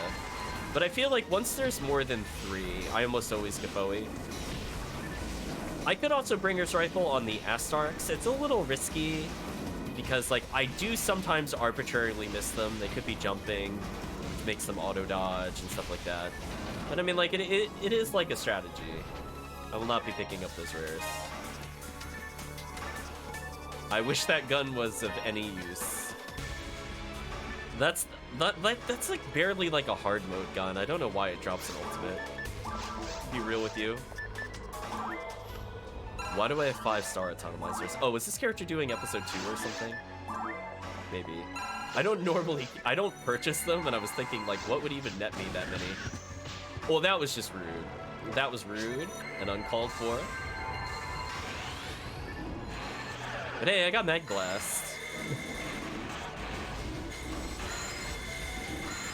So here's a scenario where I'm actually probably going to end up using the Bringer's Rifle. Oops. There we go. So even with a few misses there, it's still probably better than Grancing.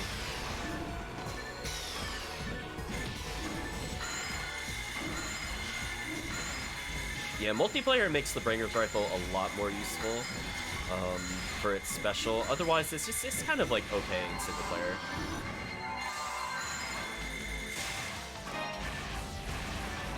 Like, it will let you cheat things out at low level, but given that I'm max ATP on this character, like, if I really want to do damage, I do have Excalibur for that.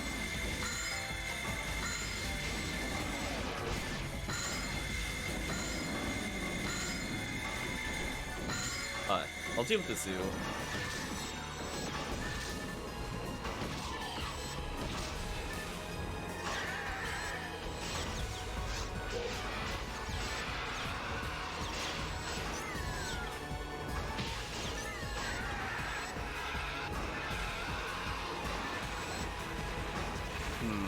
If I'd been a little more to the right there, I think I could have gotten one more fireball's worth of damage. Keep that in mind for the future. Yeah, otherwise pretty standard waves, nothing too crazy, not a lot to commentate on. But I think we're playing it okay. Gonna be worried about the Dwarfon, I think, in the next wave, though.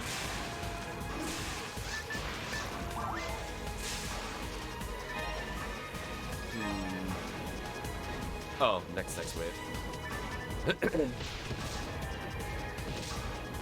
Man, I'm trying really hard to get hit by these things while still getting spells out, and I am just not getting rewarded. So I don't think I'll have Mag Blast before the next 4. Unless the Dwarfons hit me 4 times, then it'll happen. I guess that's always a possibility. You know what? I'll Gafoi stun lock them. This is good enough.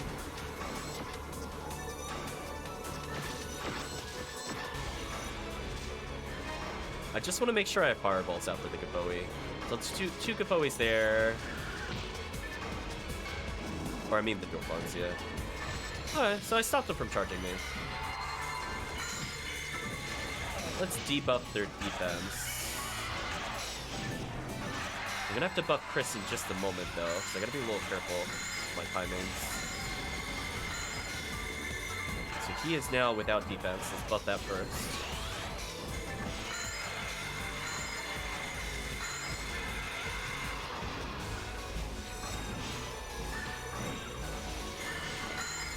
Goodbye, Astar. Oh, rare Rappy? Where? Oh, there it is. Both of us just beeline towards the rare Rappy.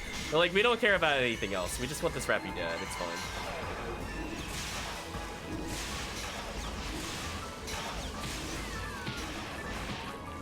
Dealing with the Babutas, because they're the only thing really weak to lightning.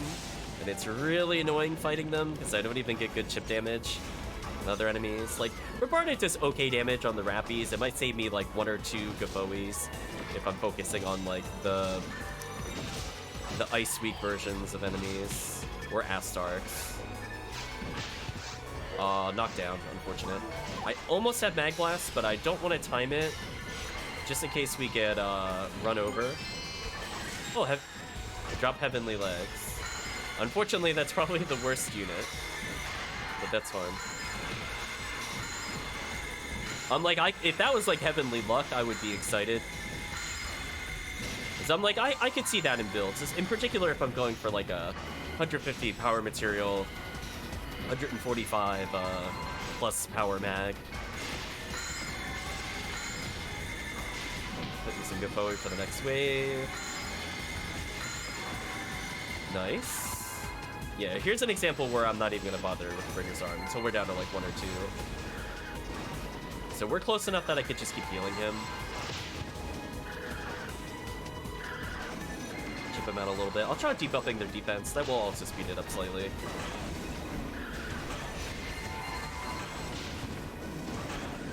But yeah, kind of been an annoying way, but we'll get through it. 1 down.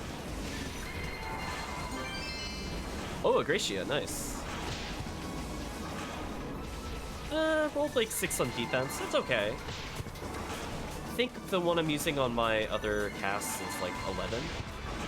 So I could potentially still get an upgrade, but unfortunately I don't think this is an upgrade. But hey, for people looking to make their own casts, this is a perfect shield for them. Great resistances.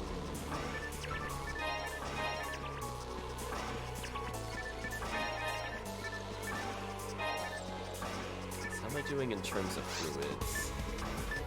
Still got basically everything. Nice.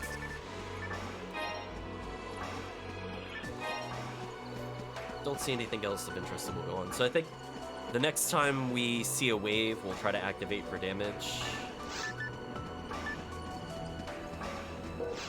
I'll drop Chris a Trimate if he needs it in the next area. It is the Marissa wave, which I'm sure Chris would just love to instantly kill.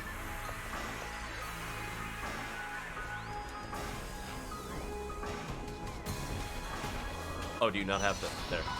I was like, uh-oh. I was like, did I mishear something earlier? Well, I chipped him out a little bit with one fireball.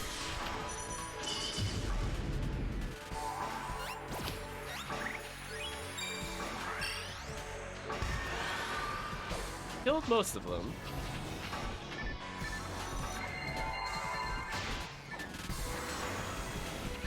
There we go.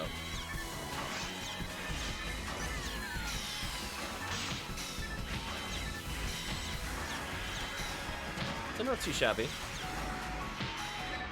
Get to enjoy my life spamming Defoe with Magical Piece. The optimal position as opponent. Here's where I could take a little bit of a risk.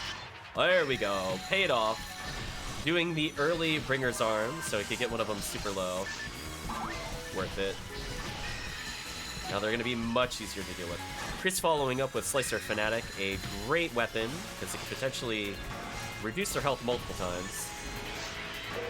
Oh, I'm almost dead here. Oh, I did die. Oops. That was sloppy gameplay on my part. Thank you. I didn't realize I got struck when I was casting that spell. I saw my health a little too late. Yeah, I don't mind not, like, debuffing or freezing immediately, but I looked, I had 800 health, I blinked, I had 200 health, and I was like, uh-oh. So thank you for the quick assist. I don't remember if this character has any Cape Dolls on him, but I don't think it matters. I shouldn't have to go back with him, unless I embarrassingly die again. Now, I have Cure Freeze on, so I don't have to worry about their freeze loops on me. And I have a good chance of blocking their melee. So these enemies are not the worst. I'll just get clotheslined by them randomly, it's fun.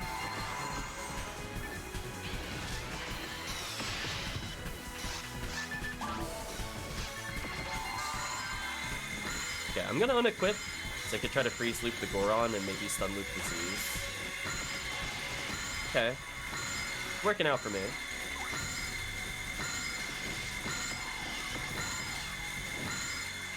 Good call.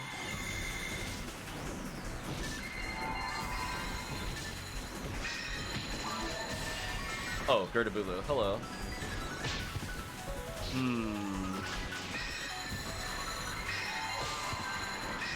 I should not have moved that far. I should have cast the spell first.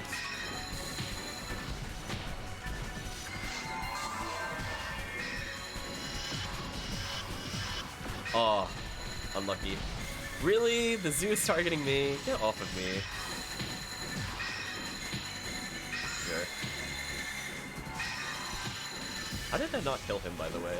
There we go.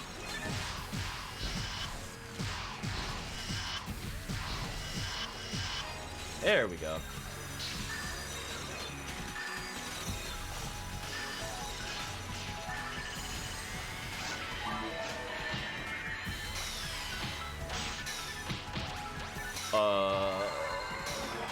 There we go. I was wondering why I was taking so much damage for a second.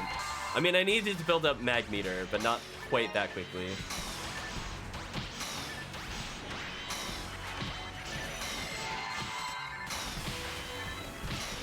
And so far, it's going okay. You know, I had a silly death. That was all on me. But, yeah. We're just de-rusting. I'm gonna unequip Magical Piece for faster Rabarda. This also partially stun locks. Obviously, if it freezes, it will, but it's not that bad. Oh, they found Lambda Argent from Dwarf Hunter Player. Nice. It's okay. We swap into Viridian, not rewarded. Play Pink ID, where I have like 5 Cleos. Get the Dwarf on. Brutal. Speaking of which, can I get them lined up? Game, please. Thank you. There we go. A nice little rhythm to this. Thank you, unarmed casting. I wish the females could do that without a V801, but hey, the fact that they can sort of do that is nice. Brings up their viability for sure. Speaking of viability, that unarmed casting, so good with Rabarda.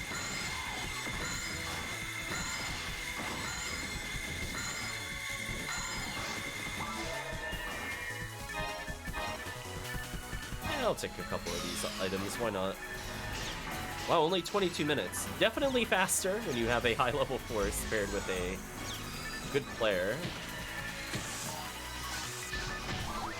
Lots of assistance from the Hunter for sure. Ooh, brutal damage. Hello. Yeah, I need the Sand Rappy out of here, or I will get destroyed by damage. So both of us about to go for the Bringer's Arm strategy. Or the equivalency thereof. Okay. One on the left should be dead. Goodbye.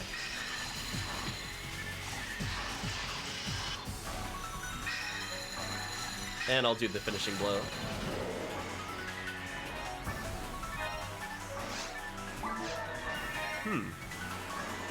No limiter still. A little disappointing. Let's use up some dye fluids. Oh, if they weren't moving at the start, I could have minted this room. What a shame. Because this is the exact kind of room I was talking about before. What a shame.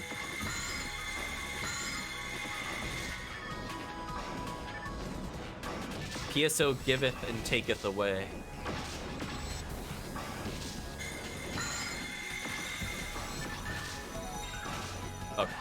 Okay. I had enough of waiting around. I'm just gonna kill them in the wall. It's fine. They just do whatever they want.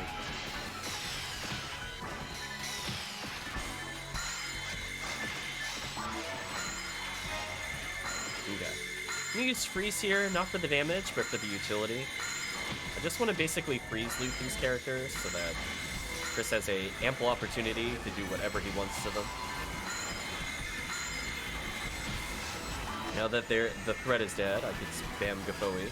Speaking of spam Gafoe, I'm gonna have to spam a little harder, I think.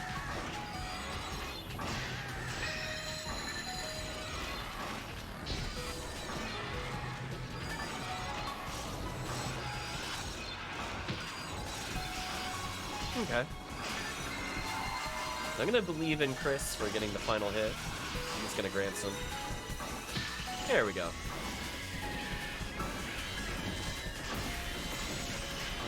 Now, because there's Marissa's, I'm just gonna spam Gafoe, even though I like to use the Barda there. Okay, so next time we're in a room, potentially could Mag Blast again. I'm gonna have to rebuff Chris. They're not letting me. There we go.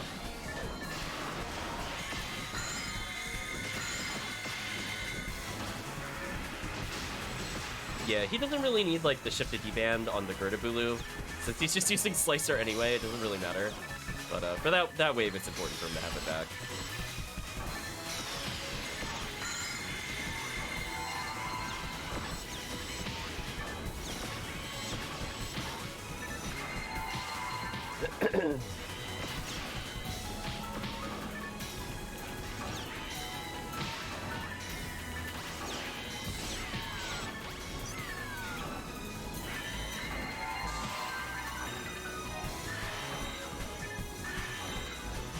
It's hard to believe how unfriendly the original version of PSO was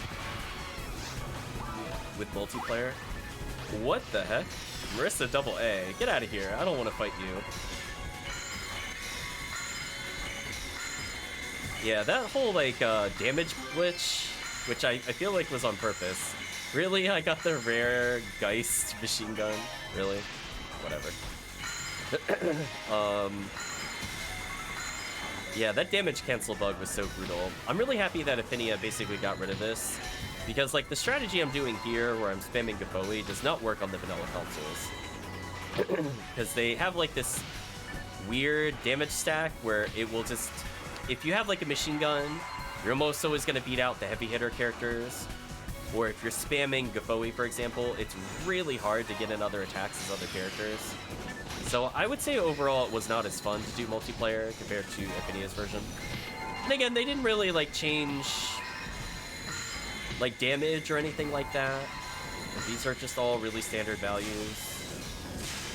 It's just little quality of life changes to bring it up into what would be like modern. I think have really helped the game for me.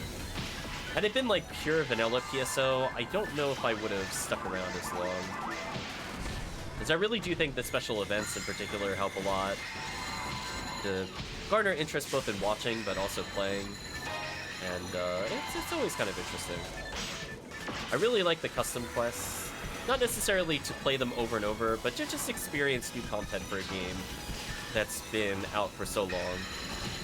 Pazuzu! What is happening? What? Hold on. No, hold on. Pazuzu's actually here? Pazuzu the myth is here? Alright, now I'm interested. Energy level up, chat. Listen, this stupid bird needs to give me L and K. Do it. Do it. Complete my character. Do it. I dare you, Pazuzu.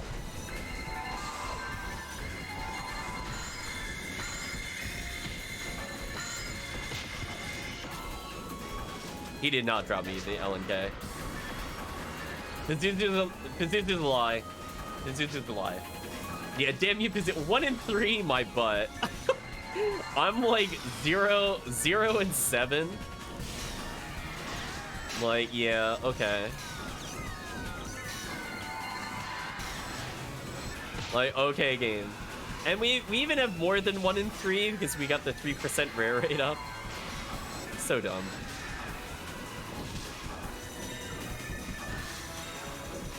Oh, Pazuzu. Trolling as usual. Either never spawns or never drops a rare. And I know he was inbounds. Like, that's another thing where people have a misconception with... Oh, gosh, no. I got stun locked. Thanks to the Gerda-Bulu. That sucked. Rip me. Unfortunate. I recognize that's slightly too slow. But one thing that's kind of unfortunate with the... Stop stun locking me. I hate these detonators. Stop it. Thank you. Anyway, what I was trying to say is that as I get stunned and have to pay attention again. The birds are desynced between players, so often one player will see them inbounds, one will see out of bounds. It's just important that the character or player that makes the game is able to see them inbounds. So I know that Pazuzu was in a legal position because it dropped me garbage. So just unfortunate, really. I was gonna disrespect kill him with Gaboe. I was fully ready for it. So I think we're done with the area. I'm just picking up some items to sell in case I get that nonsense, like, super resist garbage I don't want at all. You know what? We're gonna go ahead and junk Heavenly Legs. I won't even give this to new players. It's fine. The disappointment will be contained. Wait, did that Geist machine gun come with any hit at all, or is it just garbage? Literally no stats. Wow, okay. Well, I'm gonna junk it. If it came with, like, 30 hit, I would consider using it, because I actually really don't have good Geist weapons. But, yeah, that was kind of booty. What am I doing in terms of Tri-Fluids? Wow, I have 9 Tri-Fluids. That's crazy. I think we can, Mag Blast this character, or we could wait for the next wave. I'll leave it up to Chris. I mean, this enemy's easy to kill. We could take advantage of the blast otherwise. Either way, I'm gonna equip the Bringer's Rifle.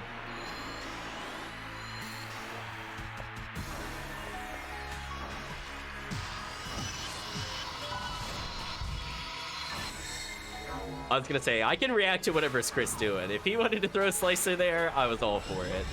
I didn't really care. That's also why I didn't use Gaboe or Grants. Gotta be able to react. Wow, that did 7k? That did way more than I thought that should. Huh. Chris is finally at the level of gods here, apparently.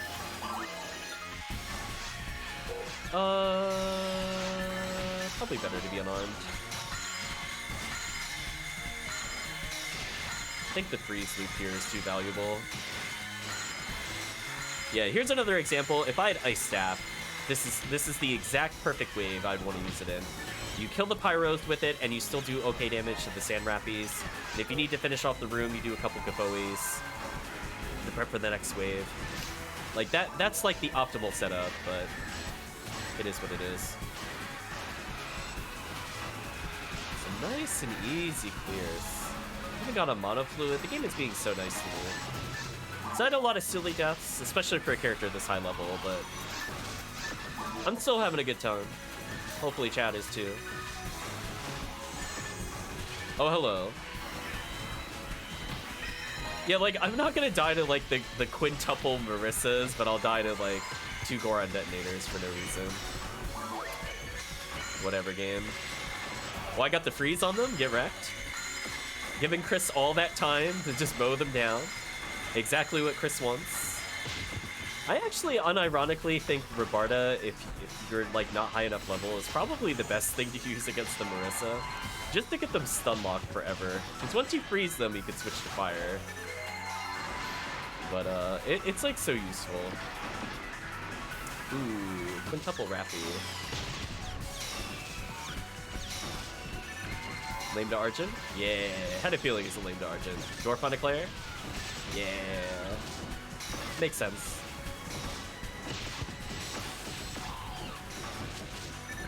Oh my gosh, this character might actually level in another Christmas Fiasco. Am I gonna have to start planning my level 200 celebration? Not for this year, of course, but for next year.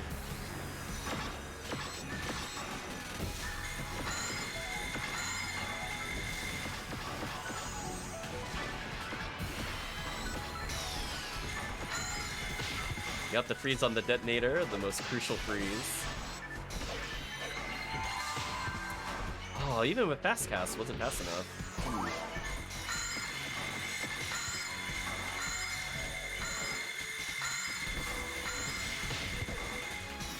Darn, not quite enough. Alright, we'll stick to the Gafoe to kill them. They're low enough. I could also Bringer's Rifle this enemy. It's not a terrible idea. If I don't miss. Oh, I just missed.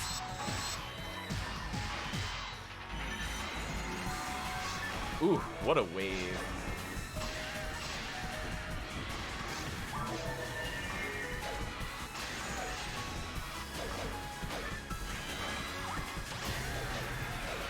Let's spare Chris this. We're just gonna get Bowie spam.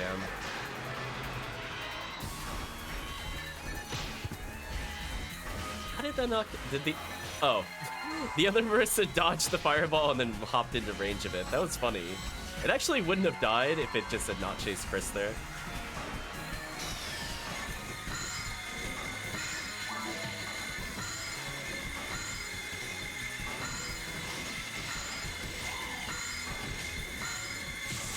Wait, was I stun looping the Gertabulu? That wasn't entirely intentional. I could see I was hitting him, but... Stupid Gertabulu.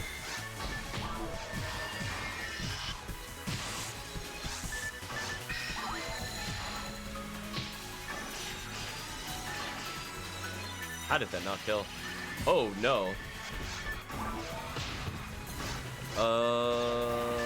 Damage? Oh, okay. That could have been really bad. That might have been a death. That one I would have blamed on the game. That wave pattern is nasty.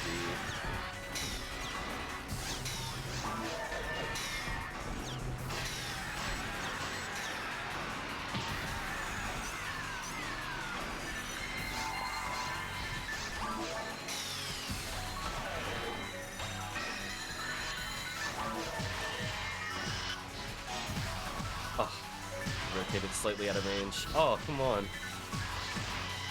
Oh, I just needed one of those to hit. Brutal.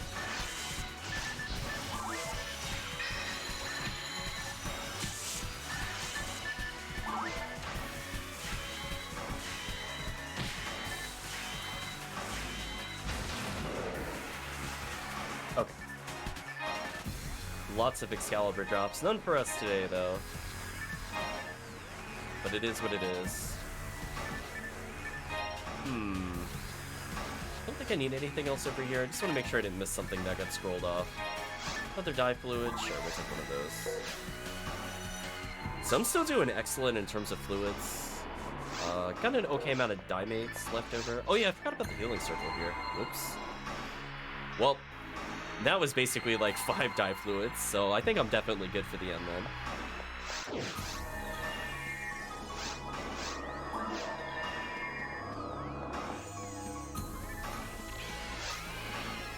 to bait some attacks. Give Chris more time to do whatever he wants.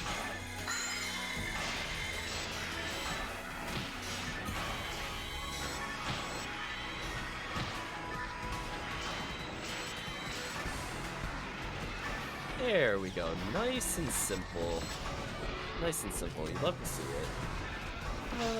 Should probably not Mercurius. Magical piece.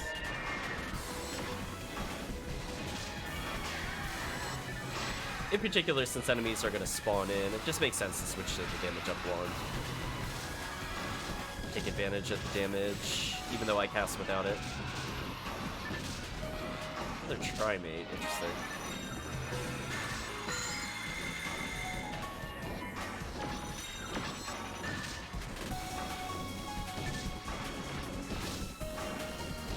It'll die eventually. Nice. Some chip damage on the Pyros. Probably next time I don't have to go for that in particular.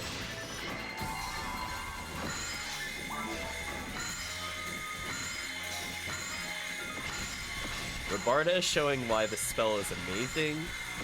It stopped the zoo from attacking, it did damage on the Pyros, stun locked the Goron Detonator, stunned him again.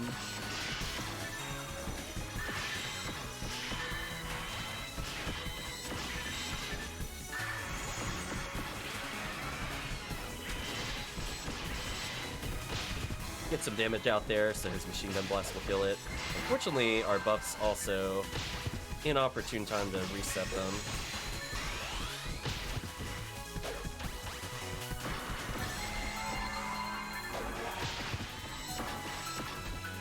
Oh well. Froze the Marissa. There we go.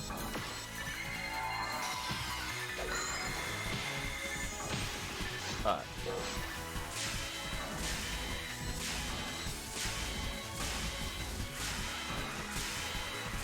Still don't have Mag Blast, unfortunately. Ooh, excuse me. We're getting a little closer. Magical piece, sure.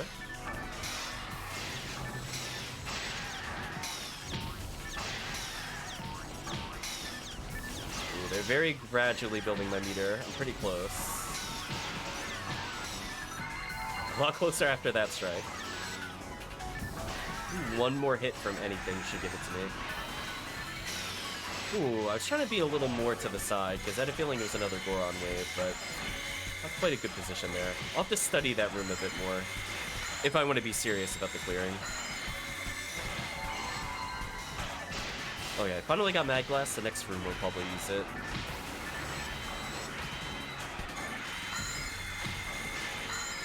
Ooh, excuse me. Photon drop, okay.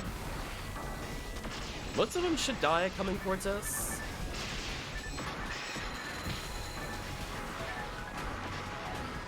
Nice.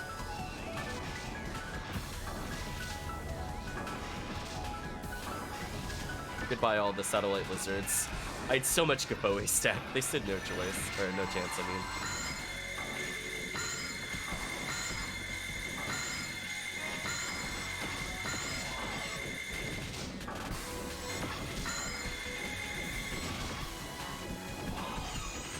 Oh, just a Gerdabaloo? Whatever.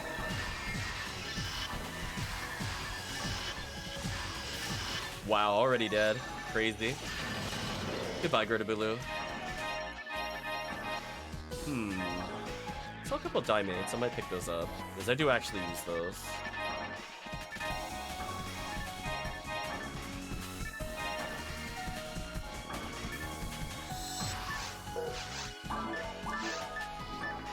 Vision. Get out of here.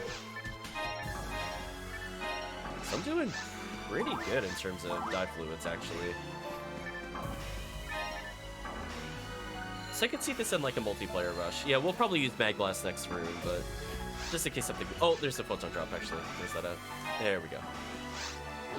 Almost dropped the most important drop.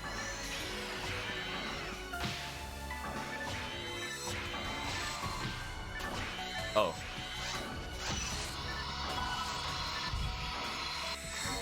I guess Chris just wanted to mess around with the saber. Oh, he's grouping them up. I understand now. Makes sense. At least he has Shifta for a little extra damage here. Another Photon drop. Okay. You know what? I'll consider that a win. Photon drop with quest. Good enough.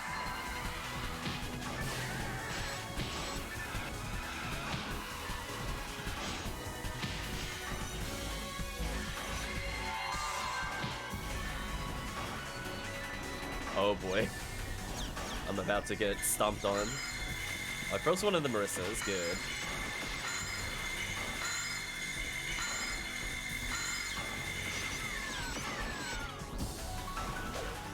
I think all three of them are dead, yeah. I'm trying to pull all the enemies in, because sometimes they just don't come over for whatever reason. Here's where Robarda looping is just so strong. Like, this is another room where everything is weak to ice. It would have been good to have an ice staff here. But that's like an entire wave where I don't even need to swap out at all. Speaking of which...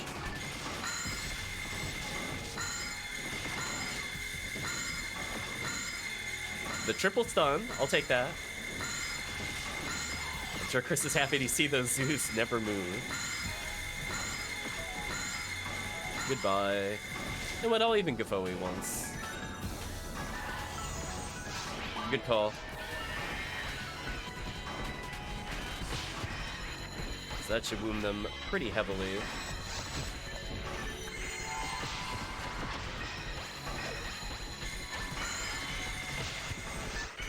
I gotta unequip the natural beats here. Oh, I couldn't revive in time. I tried. Oh, I can't debuff them, unfortunately. They're kind of stun-locking me. Oh, there we go. Finally came out. Oh, now I get the freeze. Yeah, I feel sad they nerfed the freeze. I do feel sad compared to original Ephinea.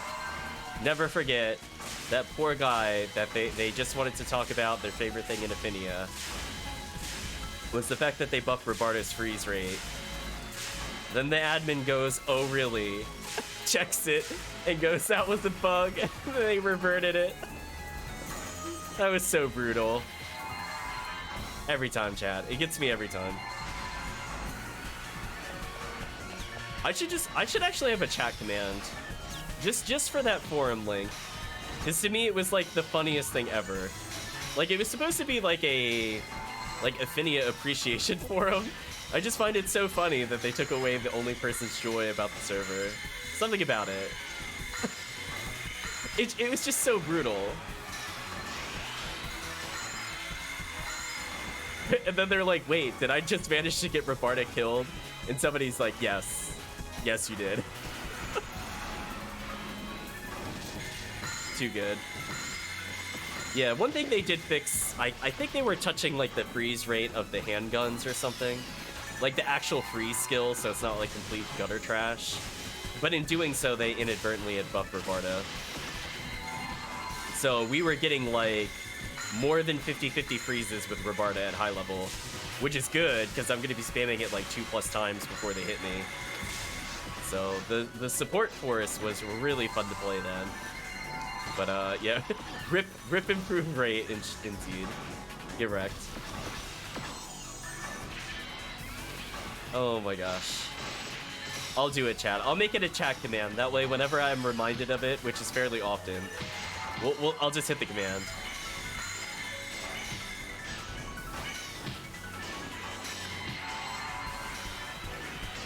It was crazy though. I don't know how much it was changed by, but I feel like from experience, it was like over a 15% difference in freeze chance. Like, it was just actually ridiculous how good it was. Like, if I hit 6 enemies, on average, 4 of them would be frozen every single time before the nerf. It was pretty often I would get all 6 in one pass. It was actually insane in episode 4. But, yeah, I don't know what the odds are. And again, some of it is like, you know, small sample size, quote unquote, but more often than not, it would just shut down every single episode 4 wave. Which I guess for the health of the game, they needed to nerf it a little bit, but it was still sad to see it go. But what I'm not sad to see go are these Marissas. I hope they explode.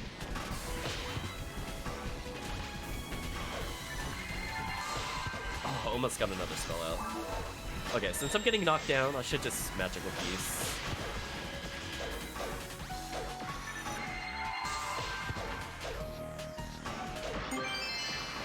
I'm tanking all the Marissas for Chris. It's just like, I'm like, this is my life now. I'm in the Marissa Pinata gang.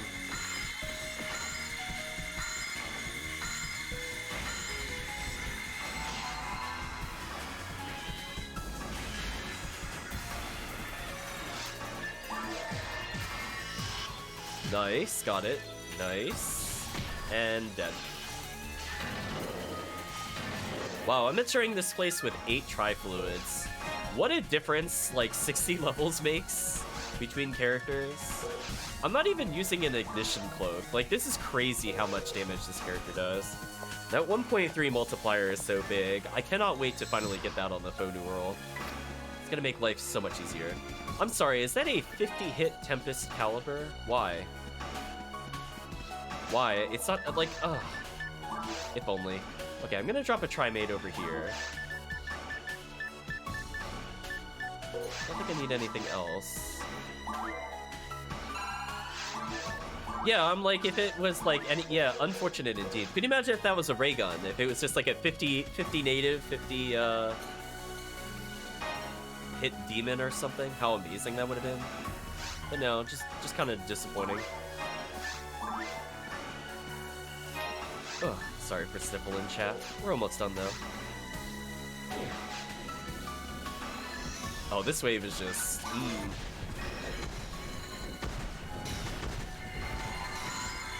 Of course, it's all the triple fireballs. That's fine. You know what? I think the Zoos will actually zone the Marissas if they jump at me. I think this is actually okay.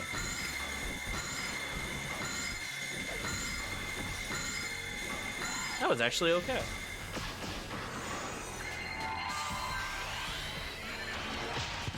Ooh. Missed Chris with the Shifta. I actually don't want to go over here. I think we could get through at least 2 more waves. I know we gotta get through at least the Rappy wave. I think the Goron Detonator wave is the one I'll hide away.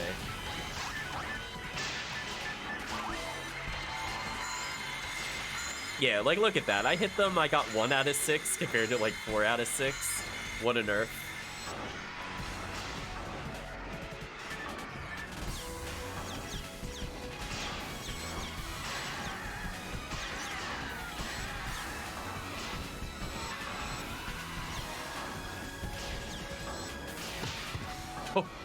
Got bodied by that Rappy.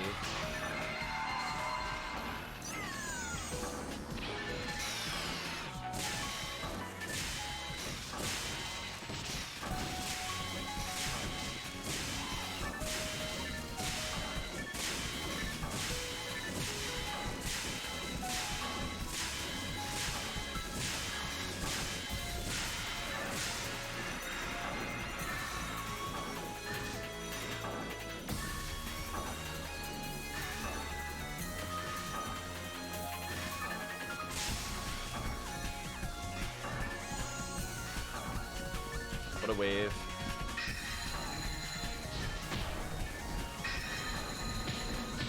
Yeah, we got 1 more wave after this, I think, before the annoying wave. But it doesn't hurt to be over here for Marissa.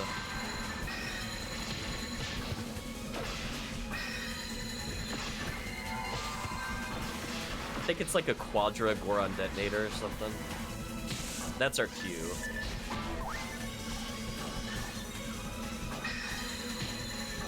Yeah, I'm not sure if you can even slice through there. Oh, you can. Interesting. Well, that's cheesy.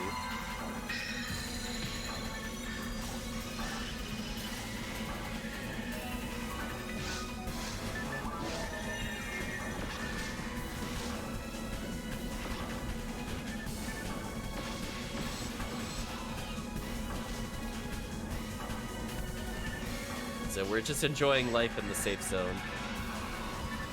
And almost done with the quest. Nice. It's gonna be like 15 to 20 minutes faster. This goes to show that multiplayer does help quite a bit.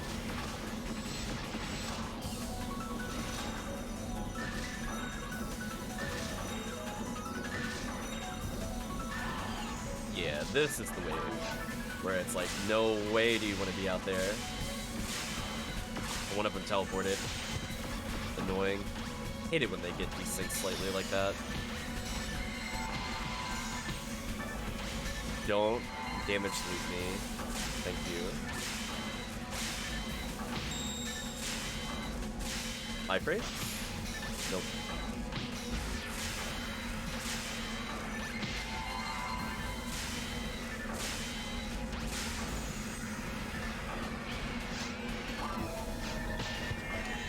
Oh, come on.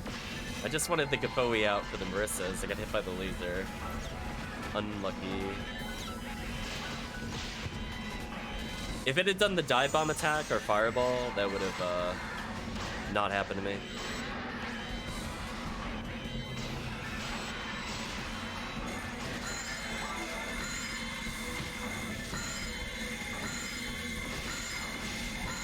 See that lone Goron out there? I'm like, nah. What I'm gonna do, I'm just gonna grants this fool from full screen. Listen, I'm not getting close. I would not go out there. You're about to go to the Gerda Glue wave. I think Chris has made what we call a tactical error. Good luck with that. I'm not saving Chris on this. He went deep. He left the safety zone. Oh, they actually let you go free? Wow.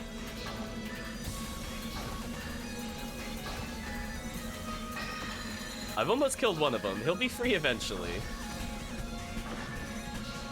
It is a little annoying. If I wasn't like right against the gate, I could bringer's rifle them.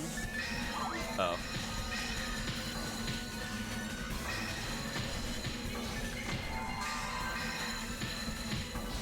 Oh, I'm like just in range. It's so annoying. Once these two are dead, I think I'm good.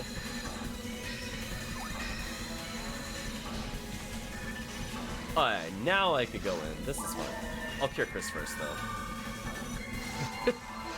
But yeah, I'm not going in on Quadribulu. Like, no thank you. Ooh, that was almost a mistake. Getting shocked there when you go to Resta, bad timing. Man, how have I not landed a single special? Brutal. At least Chris did. That's all that matters. Okay. Stabilized and under an hour clear. Nice. Goodbye.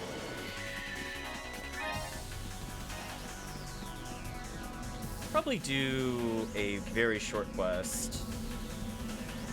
Obviously not another Christmas Fiasco. But if Chris is up to it, we could do Towards the Future. Do a quick little Dark Falls murder. What a great way to do Christmas. We're like, yay, murder!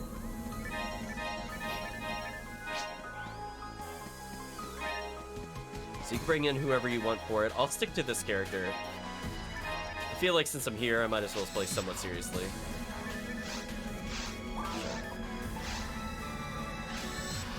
If only that caliber were not a caliber. If that was a Disca. Ooh, can you imagine if that was a Disca instead? 50 hit Disca with 50 native.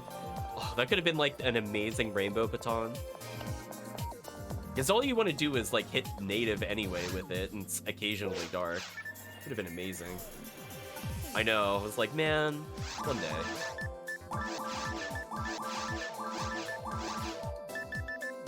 Which ratio is better? Oh, I actually have a really good ratio on this character. Interesting. Let me put this away before I accidentally get rid of it, the good one. The Gracia is worth a lot of points, right? Oh, only 10, don't worry.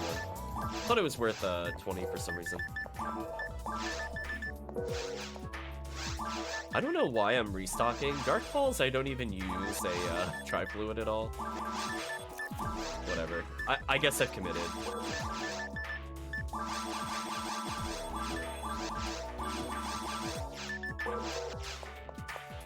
I win money positive, yay.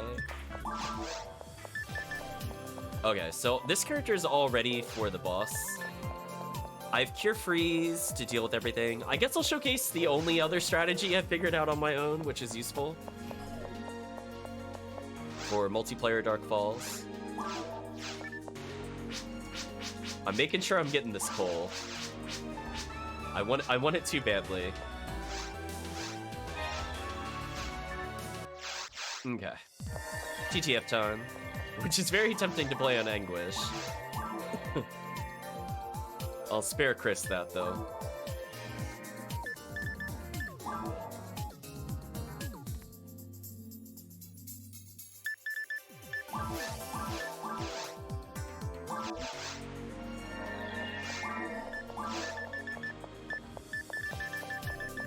Yeah, maybe tomorrow I'll pick quests that go with the rare enemy up. Take advantage of it a bit more. I mean, I could get the random Hildebear rare, so it's not like it's a total waste, but could be better. Yeah, I want to keep it kind of short, because I want to end probably in like a half hour or so. And even if we get bad Falls RNG, it should be under a half hour with normal. So anyway, join when you're ready, game's up. Yeah, Anguish 1 is actually not terrible. Like, funny enough, I think Anguish 1 on, or Anguish 2 on Mines actually makes it playable. Because the stupid Brands doesn't kill you instantly. It does make the Sinnohs kind of scary, though. So there is, like, a little bit of a trade-off.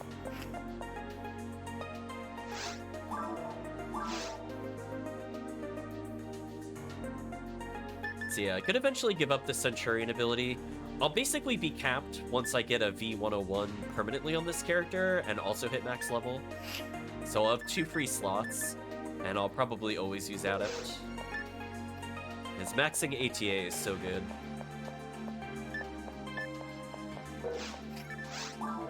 So for this particular thing, I have Excalibur for the bosses. I'm actually going to put away my Mercurius Rod. I haven't been finding it as useful to swap into. It's okay. Well, no, that's not true. I use it on Falls. I take that back. I'm a liar. I use it for Falls. So anyway, Chris is probably swapping into his Ranger cast, if I had to guess. Which is a pretty good combo. I can buff him, heal him. He's got enough raw HP to survive basically anything. And not to mention, his Spread Needle is super good against the Worm. But I think he also has an Excalibur on the character, which also destroys the boss pretty quickly. So yeah, 1 more level up, and I'll actually be, I think, at max MST without Excalibur.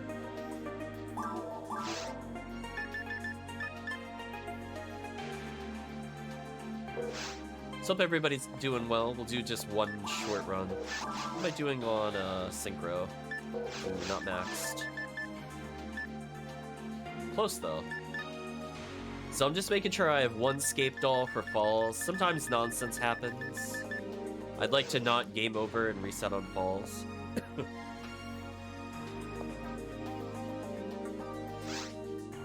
Those spinners in multiplayer are such garbage. I'm more scared of those spinners than like almost every other enemy in the game.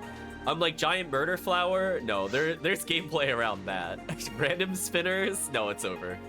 It's over. If I get clipped once, it's just completely over. They might as well as have Death Element. So as I mentioned before, when you move forward while casting, you can end up getting hit as a male for the cactus resets. That also applies for the spinners, but in the worst possible way. So sometimes when you do a wide stance, nice kill, nice kill. Sometimes when you do a wide stance in order to hit, let's say the spinners with a spell, you'll actually get double hit. And that will sometimes just kill you instantly versus Falls. So something I have to be a little careful about. I say as I use Sacrifice Excalibur. You know, careful.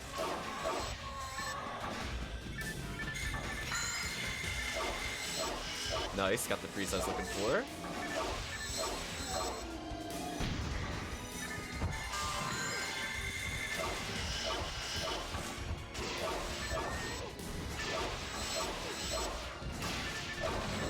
Okay. I guess I'll magical piece here. So we're gonna go for the damage bug on the dragon. It's not 100% consistent because it takes practice. I think you can consistently do it if you practice it a lot. So if people haven't seen it before, we're gonna go for it. So basically what happens is that there is a threshold that you can't damage the dragon anymore. So we've hit it already. But when the dragon stands back up, there's like a few frames where you're allowed to damage the dragon again for some reason. So I'm gonna go for it. Oh, I don't think I got it. I didn't get it. That's unfortunate. So when it's in that animation, but before it does the roar, it's actually vulnerable to Gazan and Spread Needle, are the most likely things to trigger it. So what'll happen is that when it does that little roar, it can actually just die. You can actually skip that phase. It's very hard with just 2 people, but with 3 people, you can kill it with that bug, I'm pretty sure. We didn't get it though, unfortunately. But it's like just before it goes all the way upright, but before it does that animation to roar. There's like an oversight in the code where it accidentally loses iframes. So we've gotten it, I think, as low in 2-player as 1,000 health left, and we kill it with like 2 really sad Gazans. But anyway, I should read the chat. For so many TTF runs, the only thing that kills me is the Rabarda, the spinning stuff. I know. See, everybody knows. It's just so upsetting. Just whenever it happens, you're like, what garbage? Yeah, we gotta get cool, according to Chris. So for those not aware, I go into the hidden room to spawn an enemy to skip a door. I could have technically fought less enemies to get here. We're not doing like the true low enemy route, but it's kind of like whatever. We modify it a little bit just to get some V101s, for example. Let's see if I get lucky. Also, I just realized I cure freeze on and not cure paralysis. So that was unnecessarily risky. I can whiff that sacrifice special, and that wastes a lot of time when that happens. Okay, I got the good hits there. Thank you for the paralyze.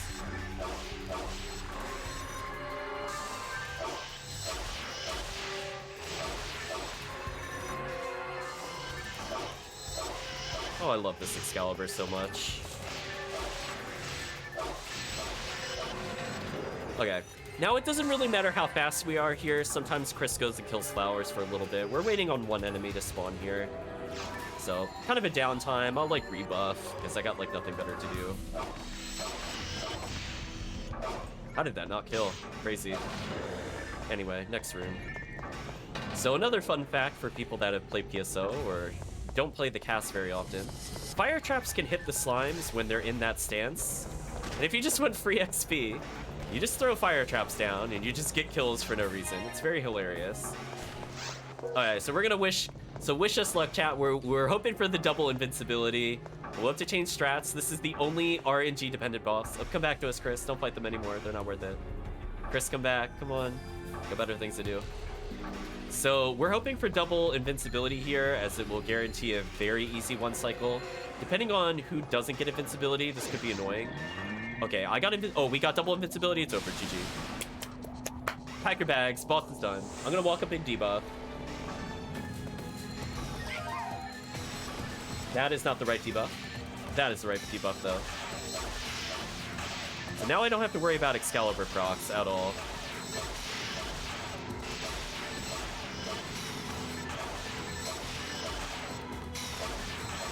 Anyway, easy 1 cycle. I'm gonna go ahead and pop some Gaboes out here. There's a small chance I could get something useful to sell later. Nah, nothing useful. So unfortunate. Just a Trimate, I don't need that. Okay, what's our strategy for this? I think I just magic a piece. Yeah, I think I just magic a piece. So between his Spread Needle and Argofoe, they should generally not reach me. But I'm apparently in a magical zone where they can't punch me. I think that's a new one for me, Chad. Did you know about that? I can be in the room there and not get struck for some reason. If Chad would like to have their best guesses as to why none of those robots hit me, by all means. But hey, I mean, on my screen, they definitely swung at me twice. I did not evade. But get wrecked, apparently. So the Sinnoh's eventually going to get pulled. We could just go straight for the Sinnoh, but I like to fish for random drops on events, so we'll usually kill them. So not the most efficient room clear here. We just like doing it out of habit. Plus, it also gives Chris a chance to build more bolt-on blasts, which, if I was playing a different character, would be more useful. Give him a nice little debuff. So this room is always annoying. We're gonna go for the hopefully don't get hit strategy. Let's see, can I time it properly? Okay, didn't get hit. Stupid trap, I'm so tired of you. So anyway, we've got to kill the one that's all the way in the back on the left, so I will pause buffer, and then I will Gofoe spam. If I happen to kill more than intended, whatever. Alright, Chris killed the target. So what I'm doing is I'm going to the next room. I'm going to give Chris a second because he has to be synced up with me. And he cannot be shocked for this. So he's going to wait, and he's going to deal with the enemy that deploys from the ceiling. I'm going to go ahead and trigger that enemy to spawn, and then the Sinnohs will also spawn roughly at the same time. So let's go ahead and do that now. But yeah, Dark Falls is such a troll. So technically we could leave here, but because we're on Viridian ID, we could get V101s, which I think are worth farming for. So as I said before, we do it like a slightly different run. I don't know if other people do this as standard, but I think it's worth going for the Sinnoh chances here. It's not that much harder than a standard clear, so it's just more rares. So we're doing the standard stack Gofoe before the enemy spawn, do a bazillion damage, get basically a full clear. Now from this standpoint, we know there's going to be a group of Barans, so what we'll end up doing is he'll be in a position to Spread Needle the enemy. We could also skip this enemy technically as well and go for the middle enemy, but I just prefer these things to be dead. I don't feel like getting cheesed in multiplayer, so I'm going to go ahead and try to stun loop them.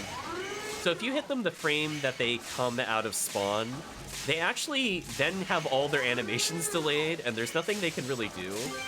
So that was... Oh, see, I got a photon drop. I was rewarded.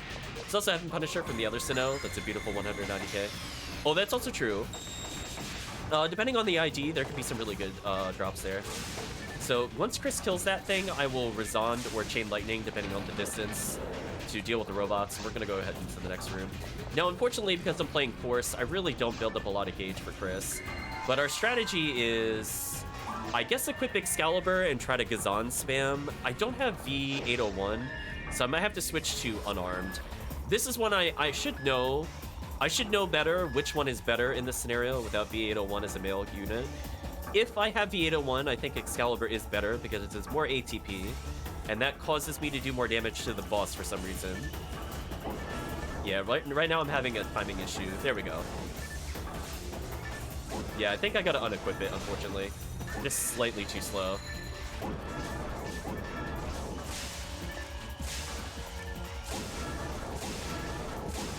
I got this. Don't shoot anymore. It's fun.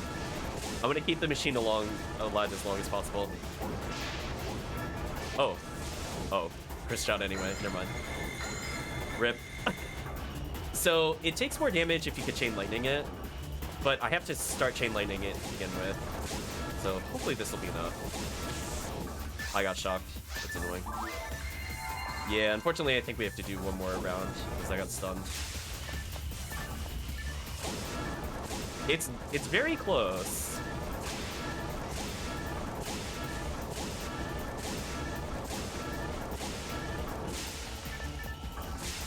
Yeah, I should have brought a V801. That was my bad. That speeds up this fight. So if you do have a V801, you can, there we go. You can kill it on the first stun, but I was just a fool. So that's my fault. It's not Chris's fault. That's my fault. Should have brought a V801. Should know better. So basically what that'll do is you can stun lock the screen, but you do like 300 plus damage instead of just like 40. And that makes a big difference. If I want to double hit the boss, I should actually stand here. Oh, unlucky. I can actually stand against the core. The core is one of the few places you can actually double hit with Excalibur. And I'm also building a little Photon Blast for later, which is good. But I don't really need to do that much damage. It's mostly just Chris's show on this boss. I like to Gafoi here to pop some boxes in case I do get a box rare, but it's kind of not common. Yeah, I didn't see anything good. We're gonna move. So from here, I'm going to take Bringer's Rifle. Chris is gonna try to go forward and hit the Chaos Rider / Darkbringer, whatever it's called, and hit it with the Freeze Trap. I'm gonna hopefully reduce its health. And that saves so much time. Okay, we're good. So I'm gonna leave the Bringer's Rifle on for now. I'm going to do the pause trick to try to bait the enemy into missing me. So I almost always go forward, so I move a little to the right, I move left. So that's some good old AI manipulation there. You could do that every time whenever there is an animation. I'm gonna dodge the ceiling trap. I'm gonna get some pot shots on the sorcerer. Chris is taking care of it. Now that opens up a hidden enemy for later. Or not a hidden enemy, that opens the door. Me going up there spawns an enemy in the next room. So what we're gonna do is basically just brute force fire on this poor enemy once I get there.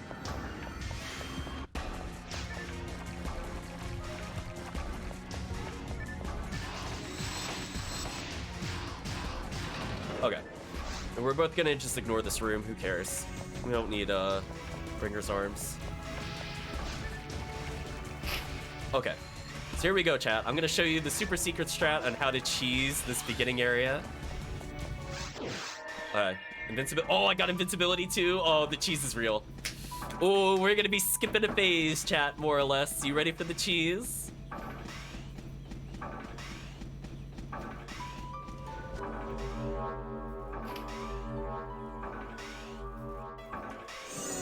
Here it comes. Here's the cheese. So these spinners will always die into Gafois. This just completely... It can kill potentially all of them on spawn if you do it properly. I didn't get the Gafoi to persist into the arena, but you can see I've wiped out the entire arena at the beginning. It's so good. Ice is technically better, but if you can get away with Gafoi, it saves a lot of time. Since there's only one over here, I'm gonna just Rebarda. It's faster. But yeah, it's so fun. Like, it saves you so much time. Like, look how fast that was. It's so good. I love it. I was like, wow, horses are actually good in falls? Who would have thought? So anyway, unfortunately, I'm going to be relegated support, so I'm going to go ahead and debuff the boss, and... Oh, he got pinned. Normally, I'll take care of the spinners with some Rebarda. But, Crits is wedged against the boss, which is probably for the best. Which means I could probably get away with some pot shots on the boss. It's fine, we'll just tank this.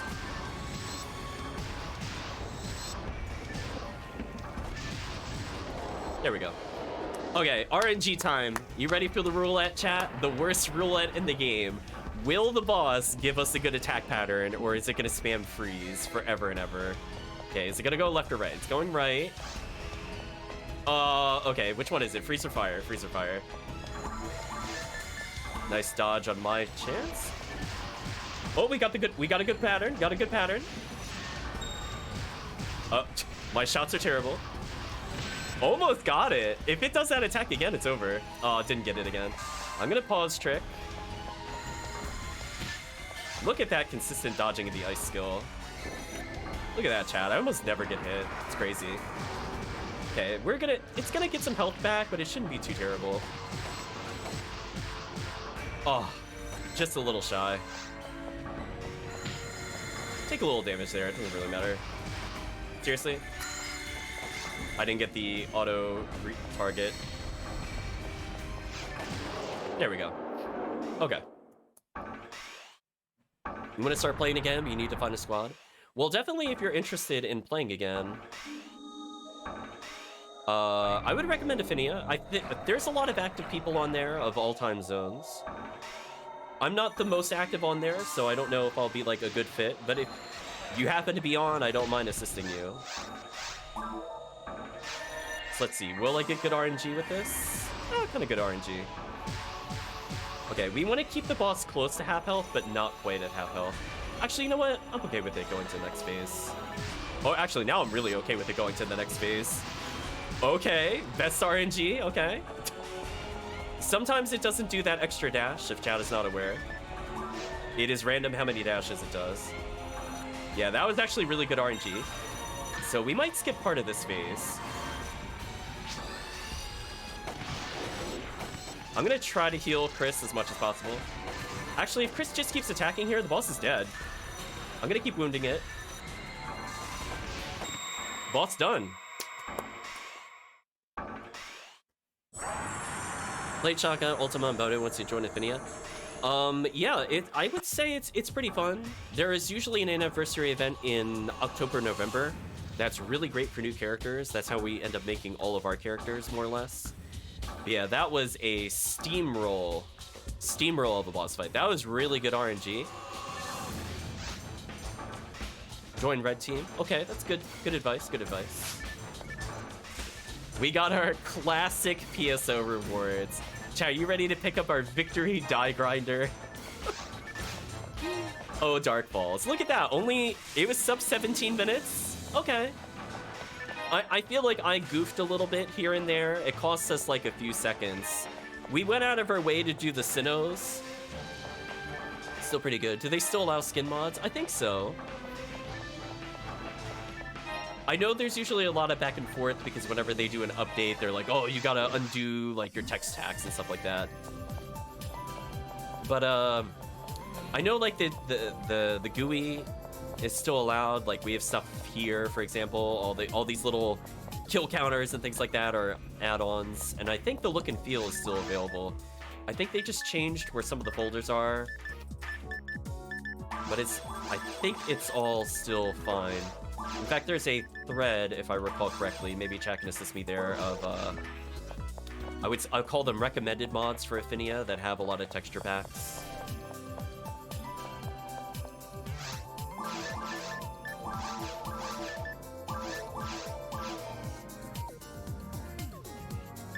Yeah.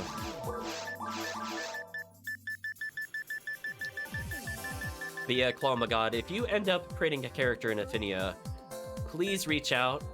I know you probably are not the most excited to go from a vanilla character up until like a strong character. I mean, once you have gear, you know, then it's kind of fun. But as I said before, my intent is to give back to the chat. It is the spirit of the holiday event. So if you would like some of my 72 luck materials to get you started, or my 100 and whatever 50 power materials, by all means. Because I want to get you to the point where you're up to the difficulty you're probably more comfortable with, and then you can take your time. Now you can get your own rares, you do whatever you need, and then it's so much more fun. As I have a lot of fun actually power leveling from normal. You're going to be a broke force. Well, if you want any techniques, as I said before, I can help you with that as much as you want. You just have to reach out. I don't have spare elemental staffs of all kinds, but I could get you started with some of those. I generally hoard like a ton of level 27 techniques, and some lower level ones, like if you're playing a ranger, for example, I have some level 20s.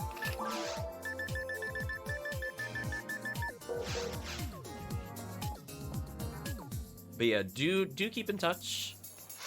As the priority, I think will go to people that watch the stream first. Otherwise, I'll just do a random giveaway. Yeah, like see all these techniques? Clomagod1076 is your Discord. Okay. You're wide open! Thank you for following. But as you can see, like all of these here are yours. I don't really care. I'm not even gonna ask you for anything. Literally, I'm gonna be like, here you go, have fun with whatever is here. But keep in mind, I have like a bazillion characters. I think we're up to 4 character banks. So I have more than what is shown here. And I do not care about parting with any of this. All this stuff is purely for the people watching and or the people starting out new characters. So I think we'll be in touch. If you happen to be around in like an hour or so, I think I'll be good to go. Or potentially, if you're on literally right now, I could probably do something. I'm expecting to have to do something in about 10 minutes, but I could probably stick around for like 10 minutes. But yeah, if you want to get started, you want some of my cure shocks, you want some heavenly bodies, I'll be like, okay, you want some wizard techniques? Actually, speaking of which, I'm hearing the doorbell. So we're gonna have to put that on hold, but Claw my God, please stick around. I'll try to reach you. You'll be on 30 minutes. That is absolutely perfect. So I would say join the Discord. We can get in touch a little more and make sure we're in the games. Really happy to see the community out supporting everybody. Thank you. So many people ended up watching today for a casual stream with a congested player. Hopefully I did the game a little bit of justice and explained a little bit my intent. Maybe not the S-rank player gameplay, but you know, I tried to show some things. So join the Discord. We love talking about different games. But unfortunately, chat, I do have to go. So what I'm gonna say is thank you all for watching. We're gonna be doing this again, I think, tomorrow, starting at 9:30 Eastern Standard, and probably playing till probably 2 o'clock next time instead of 1 o'clock. And we're gonna be hitting up some more of the some more of the Christmas events. So I'll try to keep in mind and arrange some items for you, Claw my God, but glad I can help people. And for now, I'd just like to say thank you all for watching and hope to see you again next time. But also for the people in the stream in general, I'd just like to say, hope you have a good day or a good night, depending on the time zone.